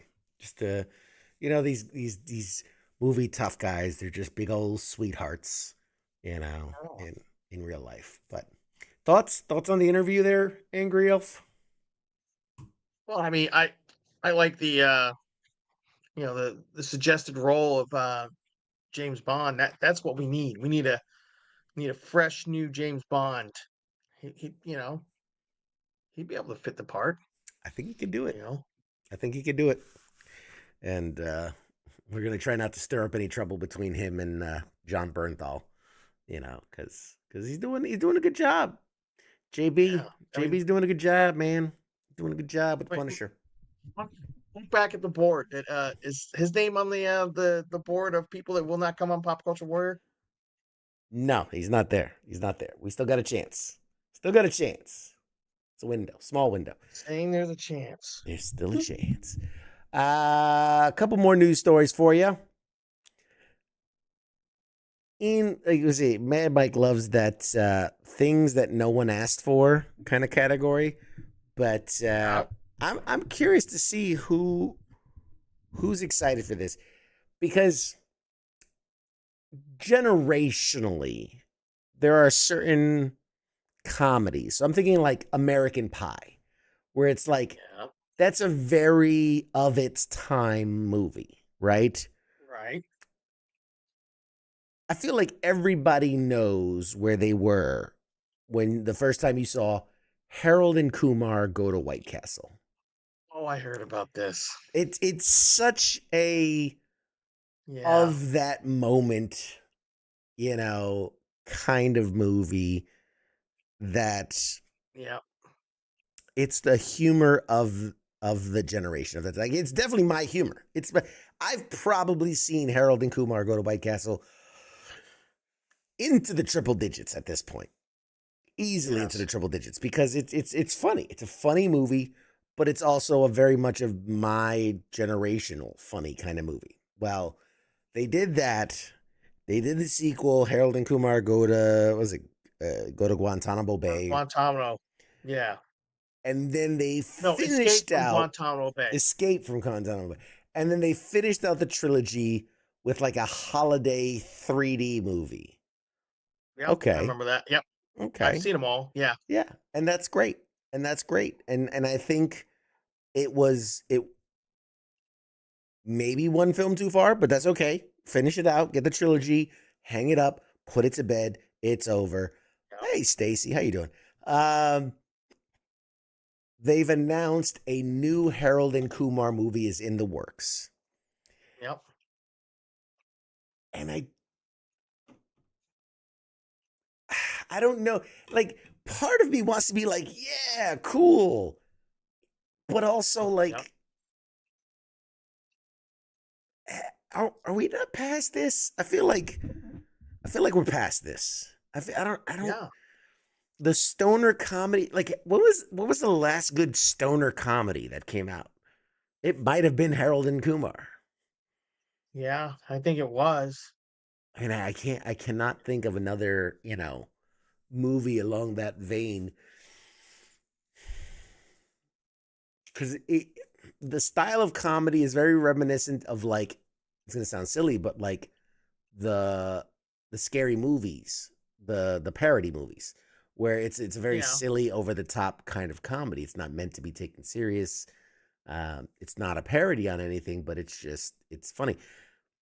The saving grace for this announcement is that the people going to be writing and directing the film are the creators of Cobra Kai. John Hurwitz, Hayden Schlossberg, and Josh Harold. So the people that brought to life Cobra Kai, which, say what you will, coming from a YouTube short into a Netflix powerhouse, I mean, it is at a miraculous rise. And they've done a good job, creating the story and navigating all that. I just don't know. I'm trying to imagine a movie like Right. Harold and Kumar working today. Let's see. Harold and Kumar movies. So the original came out in 2004. Yep. It is 21 years ago.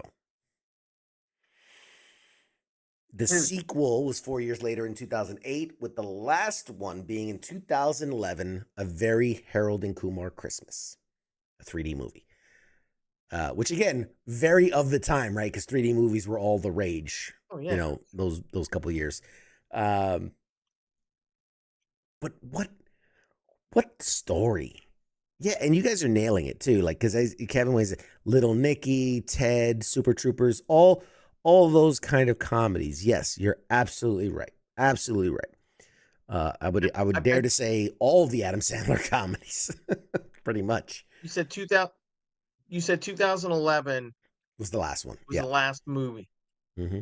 Bet it's going to be some sort of passing the torch type kids thing, like how Bill and Ted Face the Music was, or some of these other movies. Yeah. You know, Like, are we at a point where, oh man, it's like, I don't know why I have this vision of like the snake eating its tail, where, that's what it is. you know what I mean? Where it's like Top Gun Maverick. It's 28 years later. It's all Harold and Kumar 4. You know, the Bill and Ted, you know, I just Spaceballs. Spaceballs. Oh God, Spaceballs. Oh man. Just a quick little side. They need to not title it Spaceballs 2. They need to title it Spaceballs 3, The Search for 2. Huh? Huh? I'm just I heard that title years and years ago. I've always liked it if they ever did a sequel. But anyways, yes, it's all these movies that How about had their opportunity. Spaceballs the pre-sequel? There you go. It's the pre-sequel. You know, this is the sequel before the sequel. That's the prequel of the sequel. But yes, Hollywood has, well, they've always done that, because remember when we were younger, they all the old TV shows were being done up as movies, like Mm-hmm. the Brady Bunch and the Flintstones and a Get couple others. smart. Yeah. Get Smart, I The Addams Family. don't know, man. Oh. This nostalgic kick is really just kicking me in the cojones, because like okay, I get it from a money making perspective, right? We grew up in the Yep. 80s, so you know, sell them a Ghostbusters movie and a He-Man movie and a G.I. Joe movie and a Transformers movie. I get it. But that is stuff that, for the most part, was original when we first saw it. Yeah. If this is what's coming out now, Yeah. what will be the nostalgia for the next generation? Like, what is going to be their original content that is remade 30 years later? Like, are we going to see Bluey the movie 30 years later? You know? Probably. I don't know. We're going to get Peppa Pig Returns, and it's like a dark, gritty murder mystery, live action. Would be. It blows my mind, man. Time for a new book, not a new chapter. God bless. That is poetic. I like that. Yeah. I like that a lot. Yes, I agree. To tie into the news that the Cobra Kai creators are coming out with the Harold and Kumar movie, this isn't really news. I mean, it's news, but it's not the kind of news we usually cover, but I just found it so fascinating. Over the weekend, Cobra Kai star Martin Kove, the guy who plays Kyle Reese. No, Kyle Reese is Kyle Reese is the Terminator. No, he plays, what's his name? Oh God. I forget his name. John Kreese. John Kreese. Yeah, Kreese. It was close. Kyle Reese, John Kreese. So obviously, first started in the original Karate Kid and came back for Cobra Kai. He was at a fan convention in, I can't even pronounce this, Puyallup, Washington, Puyallup, Puyallup, Washington. He's there doing conventions as one does, you know, when you're a B, C-list actor and famous for one thing from 30 years ago. Yeah. And his co-star from Cobra Kai seasons 5 and 6, Alicia Hannah Kim, they were doing a VIP meet and greet. Now, for those that haven't ever been to one of these, you know, you pay, get in line, you get your 30 seconds to do photos, whatever. Sometimes it's one-on-one. Sometimes you do a group photo. So I believe they were doing kind of like a Cobra Kai group photo kind of thing. Yeah. Well, apparently, Alicia came up behind him. He might have been talking to someone and had just kind of tapped him to say hi. And she alleges he swung around, grabbed her arm, and bit her. And this is her quote, hard enough to almost draw blood. Now, that's pretty weird. Now, the man is 78 years old. So it could have been some type of weird PTSD flashback. I don't know. Like, what? To being bit by a zombie? I don't know, man. I don't know. It says here, according to the report, Hannah Kim told an officer who was working the VIP section that after tapping him on the shoulder to say hello, he suddenly grabbed her arm and bit her so hard he nearly drew blood. The report states that when she cried out in pain, he allegedly started kissing her arm where he had bitten her. The report detailed that Hannah Kim then told her husband, who was present at the event, and the pair went to confront Kove about the incident. The report states that upon confronting him, he exploded on them, saying something to the effect of how dare they confront him.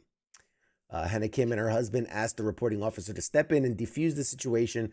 According to the report, Kove claimed he was trying to be funny, adding that they play fight all the time on the set of Cobra Kai. She reportedly told the officer that she would not file charges, but did wish for it to have a report filed in case this continues. Kove was then instructed to leave the venue.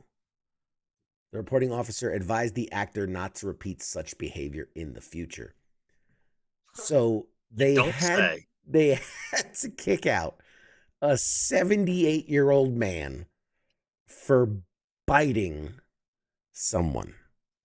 That's on brand. Why? This is the world we live in, man. This is Puyallup. At least it wasn't bath salts this time. Yeah, well, that's true. I mean, for all we know, it was bath salts. Jonathan, thank you. It's Puyallup. Thank you for breaking it down for us infantry dead brains over here. Puyallup. Strong together. Pop culture. Names hard. Like Marvel. Words suck. Oh, God. Puyallup. Yeah, I think I've heard of it. Puyallup. I mean, What do you do? What do you do? Hey, I've been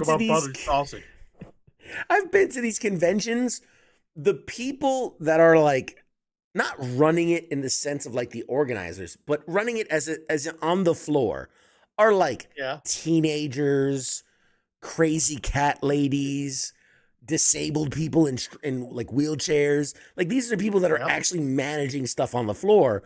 I'm like, what are they gonna do? They're like, sir, you are not allowed to bite the talent. Like, just shit you never thought you'd see. My man That's how you just get a safety brief. bit her.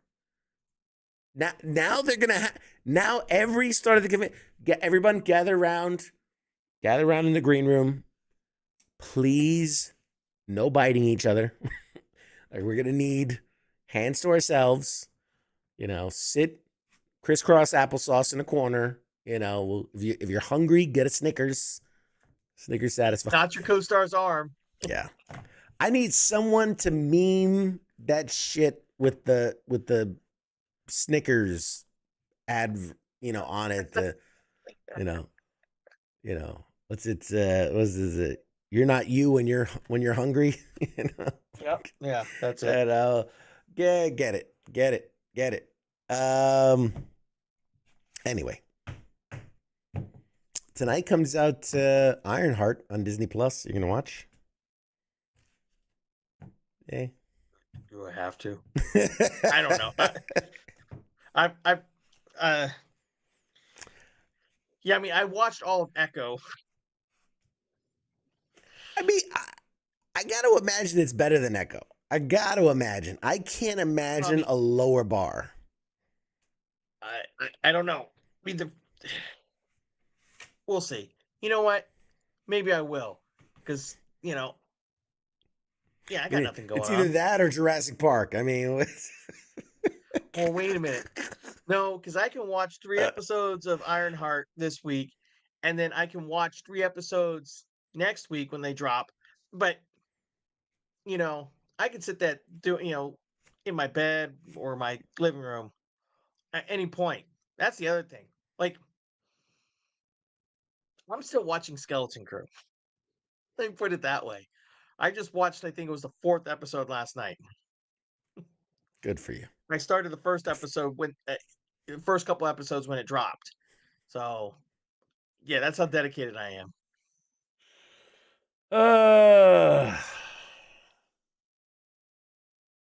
In other news. Yeah, I killed that one. Yeah. I read these articles and it's like, God damn it. So Yep. Again, things that who asked for this. They were just dropping some stuff for the next Call of Duty update for those Call of Duty players out there.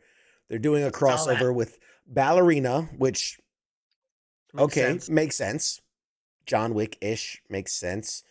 Beavis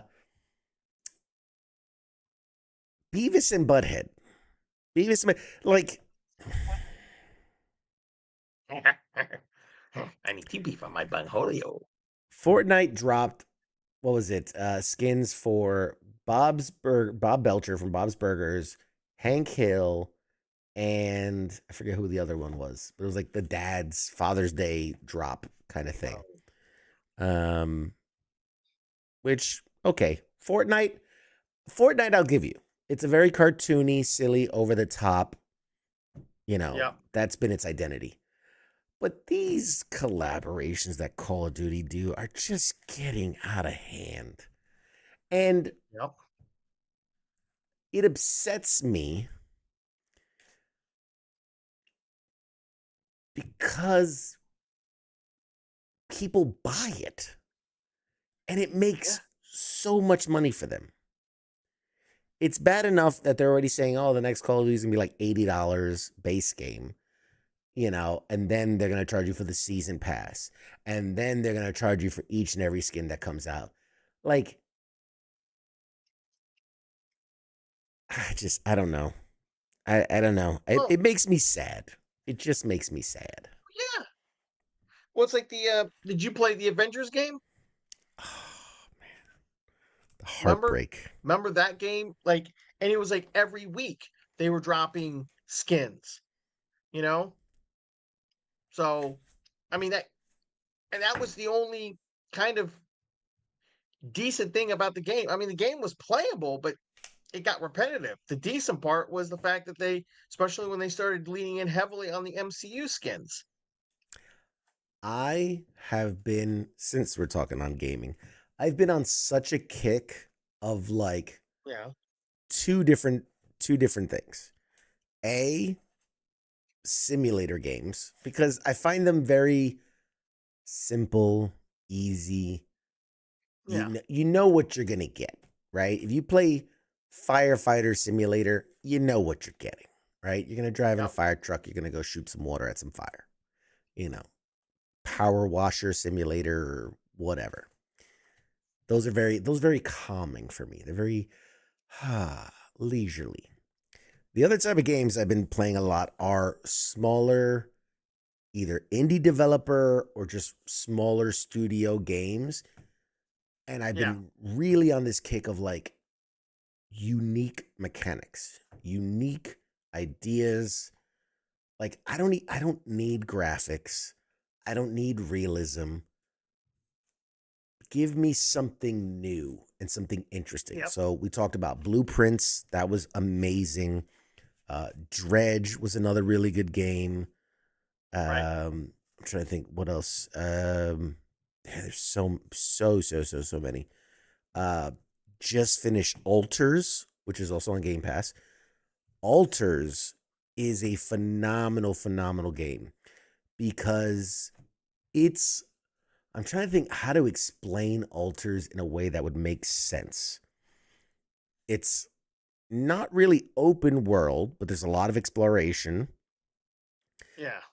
But it's like part base builder, part RPG-esque in that, you know, you're researching things and unlocking things and equipping things, part sci-fi. The whole gist of it is you are a Yeah. space explorer. Your ship crashed on a planet. Things went wrong. You're the last surviving person. In order to survive, you would need a whole crew of people. You would need a Right. botanist and a mechanic and like all these people to keep a ship running, an engineer, a scientist, all that. But he was just like a builder. He was just like an engineer guy. And he's all that's Right. left. He stumbles upon an element, whatever you want to call it. It's called like rapidium or whatever, but it's an element. And in mixing that with a quantum computer and a like biological device, whatever, he basically figures out how to clone himself. But what's interesting is that not only does he clone himself using the quantum computer, and again, you just kind of put reality out on the side on this one, but the quantum computer like maps out his brain and his memories and can change certain memory or like put him down a different path in the past, basically, so that, you know, in one alternate timeline, let's call it, you know, he went and studied medicine instead of engineering, right? Because at one point he was like, oh, should I do engineering or medicine? He went engineering. But now when he creates that clone, in its mind, he put it that you went towards medicine. And so that when it's fully developed and it hatches, so to speak, it's a doctor.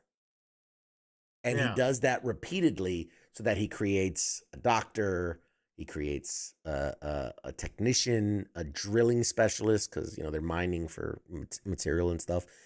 And it's so weird because it's all the same guy, but because of their choices, and of course, like you have to differentiate. So like some of them have mustaches, some of them have beards, some of them have long hair, some of them have short hair. But it's like Right. the idea that all these possible changes in the timeline created these very vastly different people. It's such a wild game because you're like trying to stay alive, trying to manage the base. There are, magnetic storms that break things, and so you have to repair things, but also you have to feed all these people, but you have to also keep them engaged because they start bickering and fighting with each other. So it's like this crazy, bro, it hit all of my like ADHD in all the right places because you're balancing Oh like yeah. 15 different things at the same time because you have to, research this technology, but you have to build this thing, but you have to set each person has to do a job and you have to make him do this and make him do that. But this guy wants to take a break and this guy wants to work out, but this guy wants to go do that. It's It it sounds like one of those park builder games, it's like on kinda steroids. kind of like that. Yes, that mixed with like again, I don't want to. It's not really open world in the sense that like you can go anywhere, do anything, but it's a lot of Yeah. exploration and things like that. But yeah, I just finished that game, and and it's one of those games where like the choices you make have dire consequences. Like people can die, you know, you can not make it to the end of the game, and like there are choices that you have to live with, and even the endings you have to make choices, and it's a whole thing. But highly It's recommend like all first. I just bought the remaster or whatever of Dead Rising. Remember that game? We talk It was like about 20 bucks. we talk It was about 20 why bucks do at Walmart. people keep going back to old shit? He's just like, I just bought that game from 30 years ago. I just bought it again. But Yeah, yeah, why I not? get you. I get you. I get you. That was a good Well, game. yeah, It's a classic. It's a classic. it It's is. zombies in a mall. How could you go wrong? Exactly. It's like the Dawn of the Dead game or movie. That's why I went into it because it basically starts the same way I'm, ish. And I'm talking about the classic yeah, George Romero yeah. version, not the Zack It's Snyder update, which was yeah. still pretty good. I gave him credit. It was actually pretty good. Um, yeah, I mean, it's zombies in a mall. How could you decapitating people with like a foam sword? Like, how could it go wrong? Yeah. How could you go wrong? And then God, RoboCop's coming back. do tell. Yeah. Oh, you didn't know? All right. So you remember the game RoboCop Rogue City? Yeah, I played it. Yeah. Well, next month they're dropping a what do they call it? A standalone expansion called Unfinished Business. Oh, so there's So, more RoboCop. yep, RoboCop's coming back. There's going to be flashback scenes that you get to play as Alex Murphy.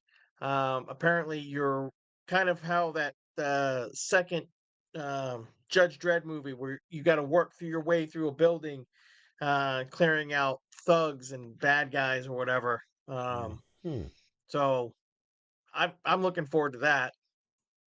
That would only because the first one was so good. In fact, I played it all the way through till I maxed out my RoboCop and all his updates and upgrades, and I was one-shotting freaking bosses. Such a badass. Like a badass. Dead or Such a alive, you're badass. coming with me. I'm looking at the trailer for it right now. Hmm. It's more of the same. From what I've seen, it's more of the same. And if you liked it, especially if you like the first two RoboCop movies, it's worth a play. Um, you Yeah, know, I thought the game was great. I thought the game was great. A little short, a little short, but I think it's better to be a little short than overstay your welcome. Uh, yeah. so I thought it was really good. Um, the thing that I wasn't too happy with was that there were a lot of like moments in that game where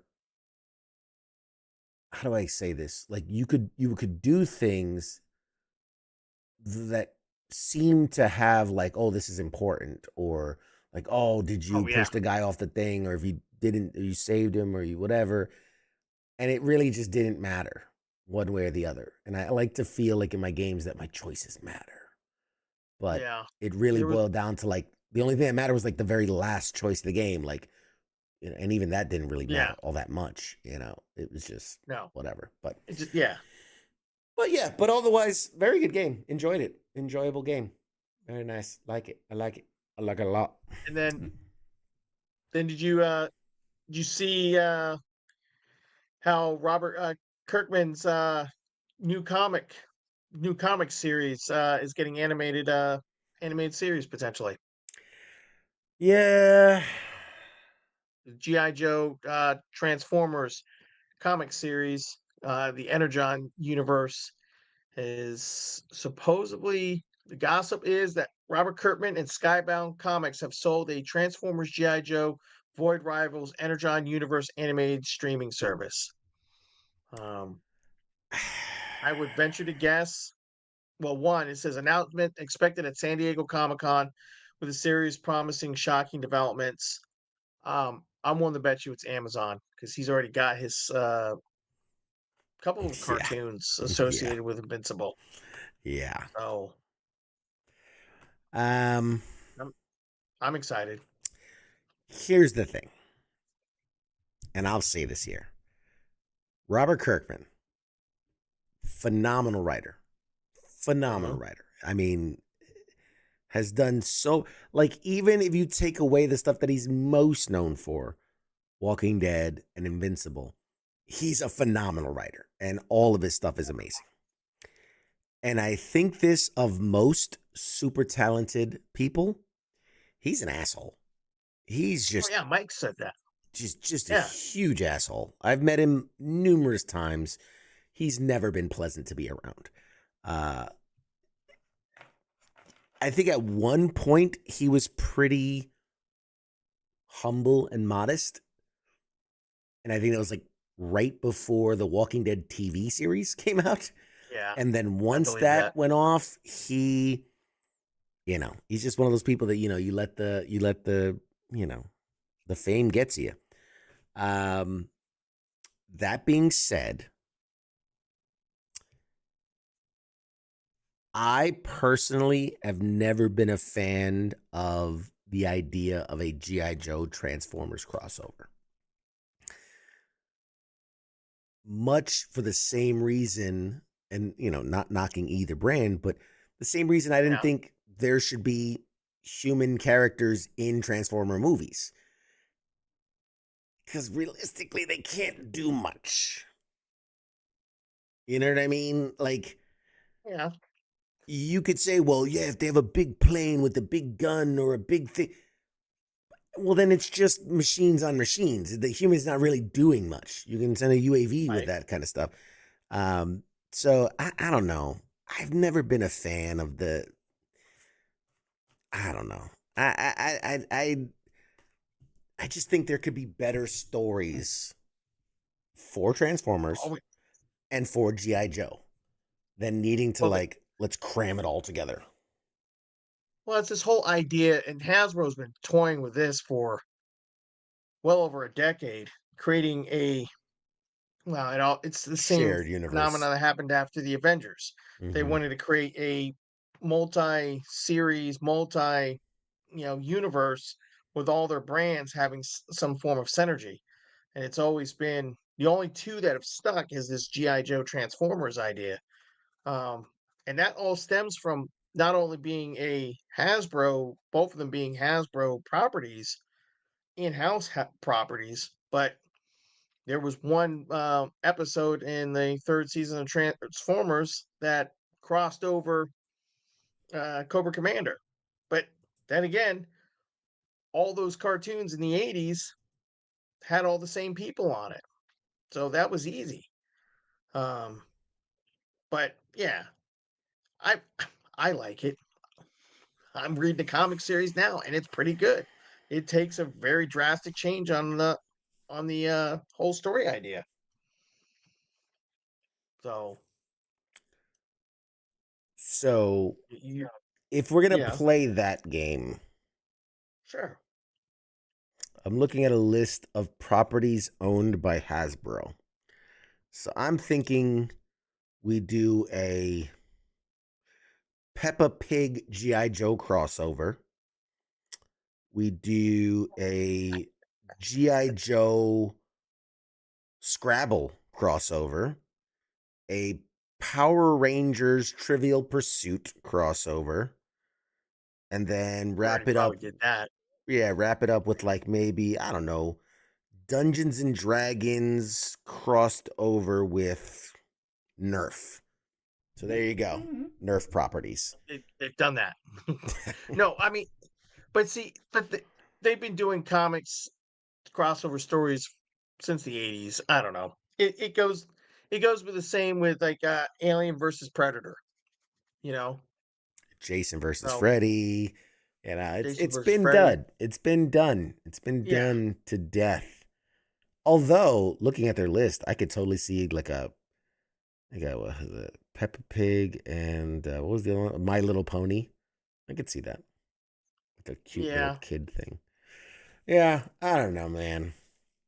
They own Magic the Gathering, or they're one of the like Yes. co-producers of Magic the Gathering.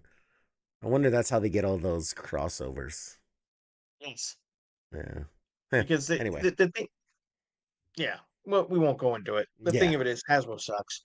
Yeah. Wizards of the Coast, Hot Wheels, Barbie, all kind. Yeah. Yeah. All that stuff. All that stuff is tied together. Well, it's like when, people don't realize, but like, oh, I like, Coke versus Sprite. And it's like, they're all the same company. They're all the same. Yeah. Or, oh, I like to stay at the Hyatts. Well, that's owned by, Wyndham and all these, like, they're like, I remember I saw somewhere it was like all food and like beauty care products and like they're owned by like 6 companies. Like if you trace it all the way to the top, it's like Yep. 6 mega corporations that own everything. It's ridiculous. Ridiculous. And all the options are just an illusion of choice. That's all it is. The same way, what was it? Like Mercedes owns Toyota or something like that. I don't remember or BMW or some, I don't know. I'm not a car guy, but like Yeah. some of these top end brands own the lower end brands, and it's the same shit. You're just paying for because you think it's more exclusive. Anyway. Yep. Anyway, all right. At this point, I'm just rambling. What have we got coming up?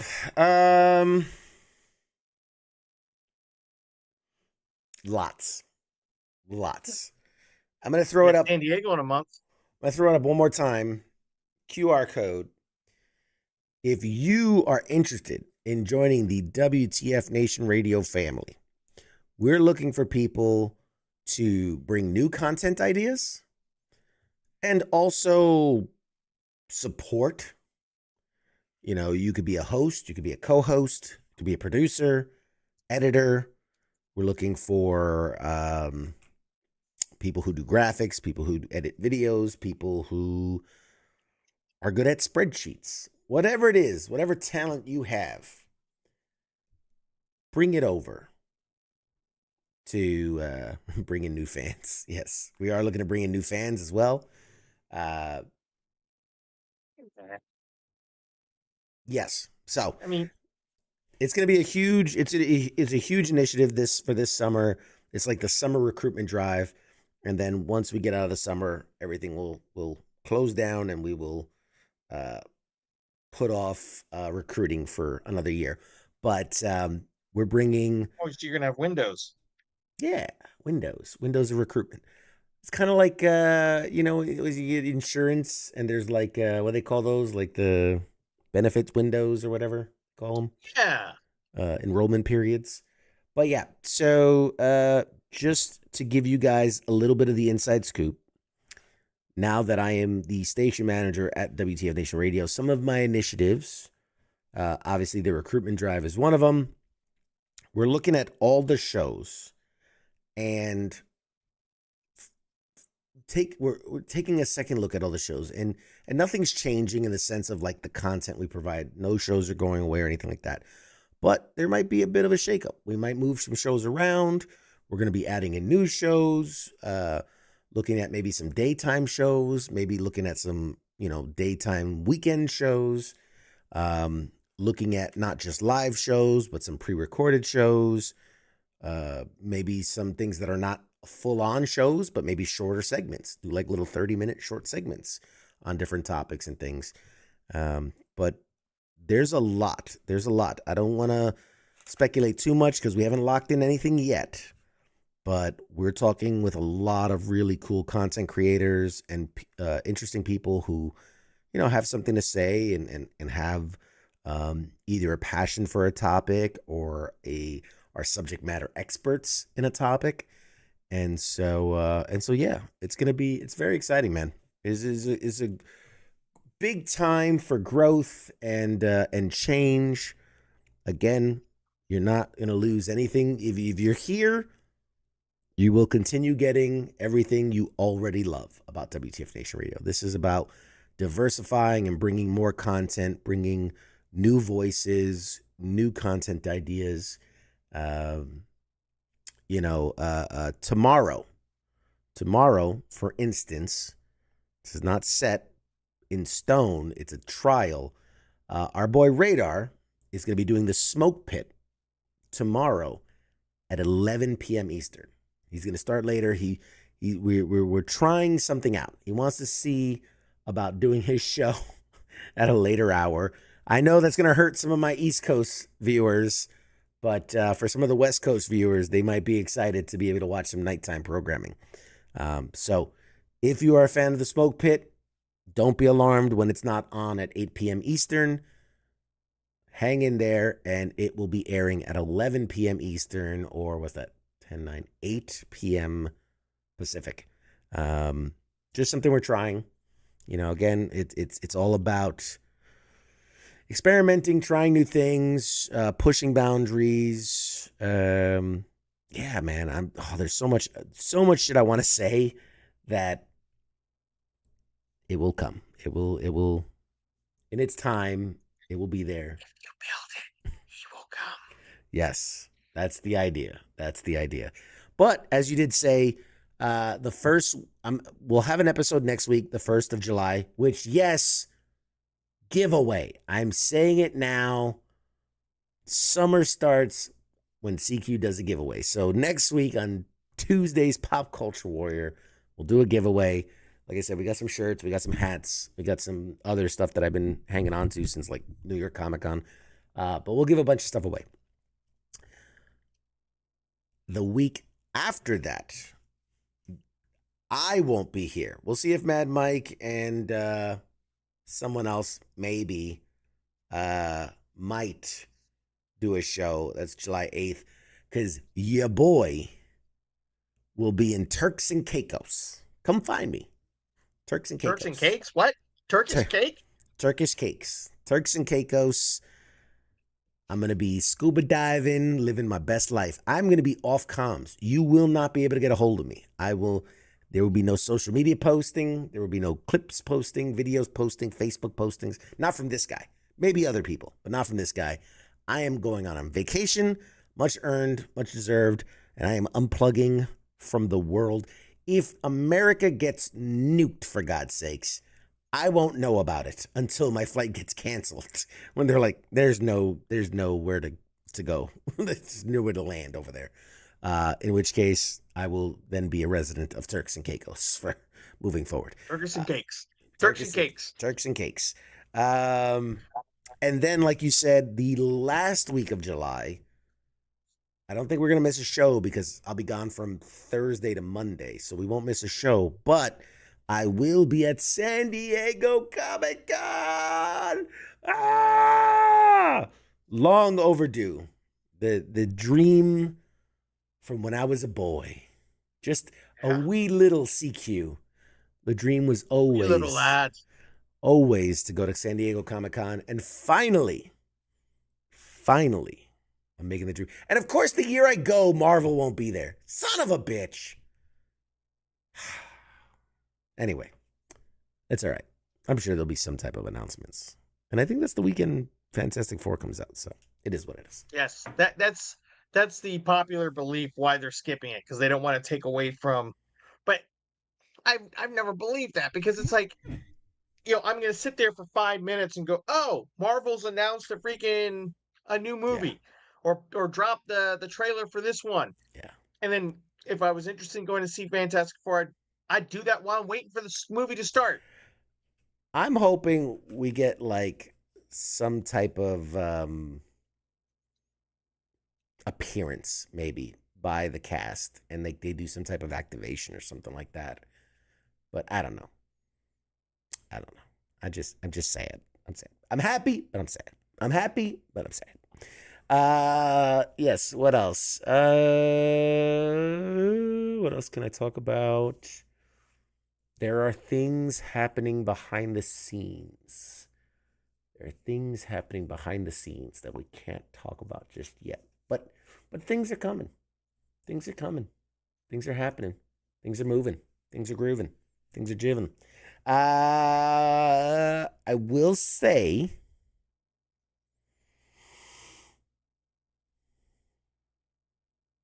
can I tease that yet? Give me a second. Give me a second. I think I can. It's close enough.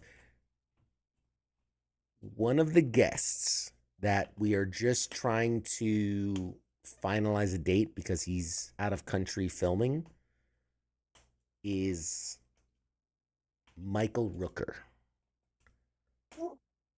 Michael Rooker. Merle himself. Mary Poppins, y'all. Mary Poppins himself is has said he wants to come on the show. So that is one I'm very, very excited about. And also he will be at a convention near me, so we might do something in person as well. So we'll see. You know what you need to do? When you go to that convention, take a bag of chocolate pretzels. Do you know what I'm referencing? Yes, I know what you're referencing. It's a Kevin Smith movie. I'm Well, well aware. See if he'll sign it. That would be awesome. No, I'm not doing that. No. Oh, hello, Jake. Welcome. Thanks for tuning in at the last possible minute. All right. With that, let's show you currently what all is. Whoop, that's the wrong button. Whoops, wrong button. What we got going around here, the station currently. Enjoy it while it lasts, because things are going to be shook up here over the summer. But the sports bar is going to be on hiatus for the month of July. They are, both Coach and King are doing a lot of traveling and have a lot of different things going on. And they're cooking up a little something special. So the sports bar will be on hiatus temporarily through until August. They'll be back August. Obviously, you got Ice and Massey on Monday edition. You got myself and Mad Mike and Angry Elf for as long as he'll have us on Tuesdays here on Pop Culture Warrior. Wednesdays is the Smoke Pit with Radar. Remember, tomorrow, special Smoke Pit After Dark, 11 p.m. Eastern, going live. Thursdays, start of time, as always, with Ice and Spanky. Every other Friday is FTX. This is an off week. We played last week. We did play Fire Tower. It was a hell of a lot of fun. We had a great time. And then Saturday is Weekend Co-ops.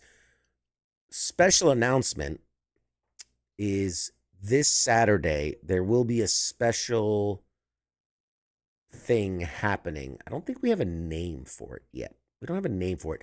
I love you. What? I know. What? Jesus. Awkward. Special,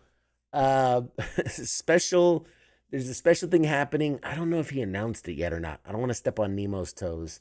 But he's doing a special stream. It'll be Saturday afternoon. There is something really cool happening, so look out for that. I don't want to step on his toes if he didn't announce it. But Saturday afternoon, keep an eye out for that. And then the whole month of July, starting on July 5th, with Weekend Co-ops, he's doing It's starting out with the 5th of freedom, right? Like a 5th of freedom. A 5th of freedom, July 5th. He's doing the whole month of July is special streams with Gray Zone Warfare. We're going to have special WTF Nation Radio servers. You can jump in and play Gray Zone Warfare with us and the devs of the game with some cool giveaways, free codes, all types of stuff. So if you're into gaming, you should definitely check it out. I played Gray Zone Warfare. It's ridiculous. For us guys who have actually been in combat, there's a lot there to like. Again, it's a video game, different thing, but there's a lot to like in how well they've, what Call of Duty was supposed to be, an actual tactical military style shooter. But anyway, that's everything around the horn here at WTF Nation Radio. Angry Elf. Mr. Elf, do you have anything? Let's say, imagine this were your last appearance on Pop Culture Warrior. Do you have anything you want to say to the audience? Do you have any words of wisdoms or pearls you want to share? Or, I enjoyed every moment. You want to give it Everybody else is taking hiatuses. I am too. I'm taking a couple month hiatus. Your boy's going back to college. Gonna teach him some new tricks. And I've got to buckle down for a little bit, but I'll be back. Maybe around, I don't know, the holidays. We'll see how it all pans out, but I'll still be in the chats. It's easy to harass CQ in the chats. That's the best part. I appreciate Give him a hard it. time. Yes, please show some love to Angry Elf. He has stepped up and filled in for big shoes whenever Mad Mike's not available. We want to thank when Angry you Elf. decide to go watch a movie. Hey man, it's not my fault they put all the screeners on Tuesdays. It's not like I have a choice. It's all right. Speaking of which, I'll be at a screener tomorrow. I was shocked. It's a Wednesday. But going to see Heads of State, the new movie with John Cena and Idris Elba. Yeah, that looks. Yeah. Is that what, Amazon? It is an Amazon movie, correct? It is an Amazon movie, but we have a special screening in theaters. So I'll be seeing it in theaters, and I'll let you know my thoughts after the movie. I mean, it's John Cena and Idris Elba playing the American president and the British prime minister who hate each other and are forced to help each other survive through an assassination attempt. So, it's a John Cena movie. You know what you're getting.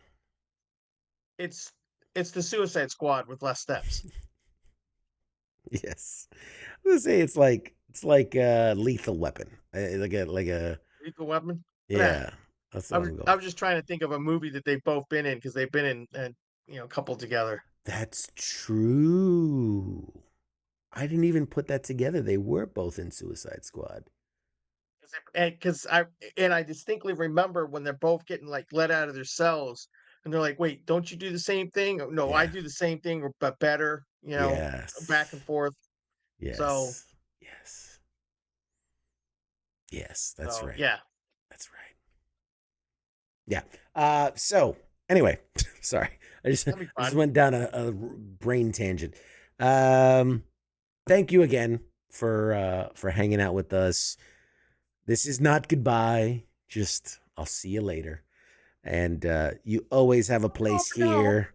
You always have a place here at Pop Culture Warrior and WTF Nation Radio. Brought to you by U.S. Army WTF Moments. All right, fuckers. That's it. That's all we got. Go do something else. Go live your life. Whatever it is, don't eat Cheetos and play with your dick. Turn it orange. That's true. All right, guys. We'll see you next week. Shots.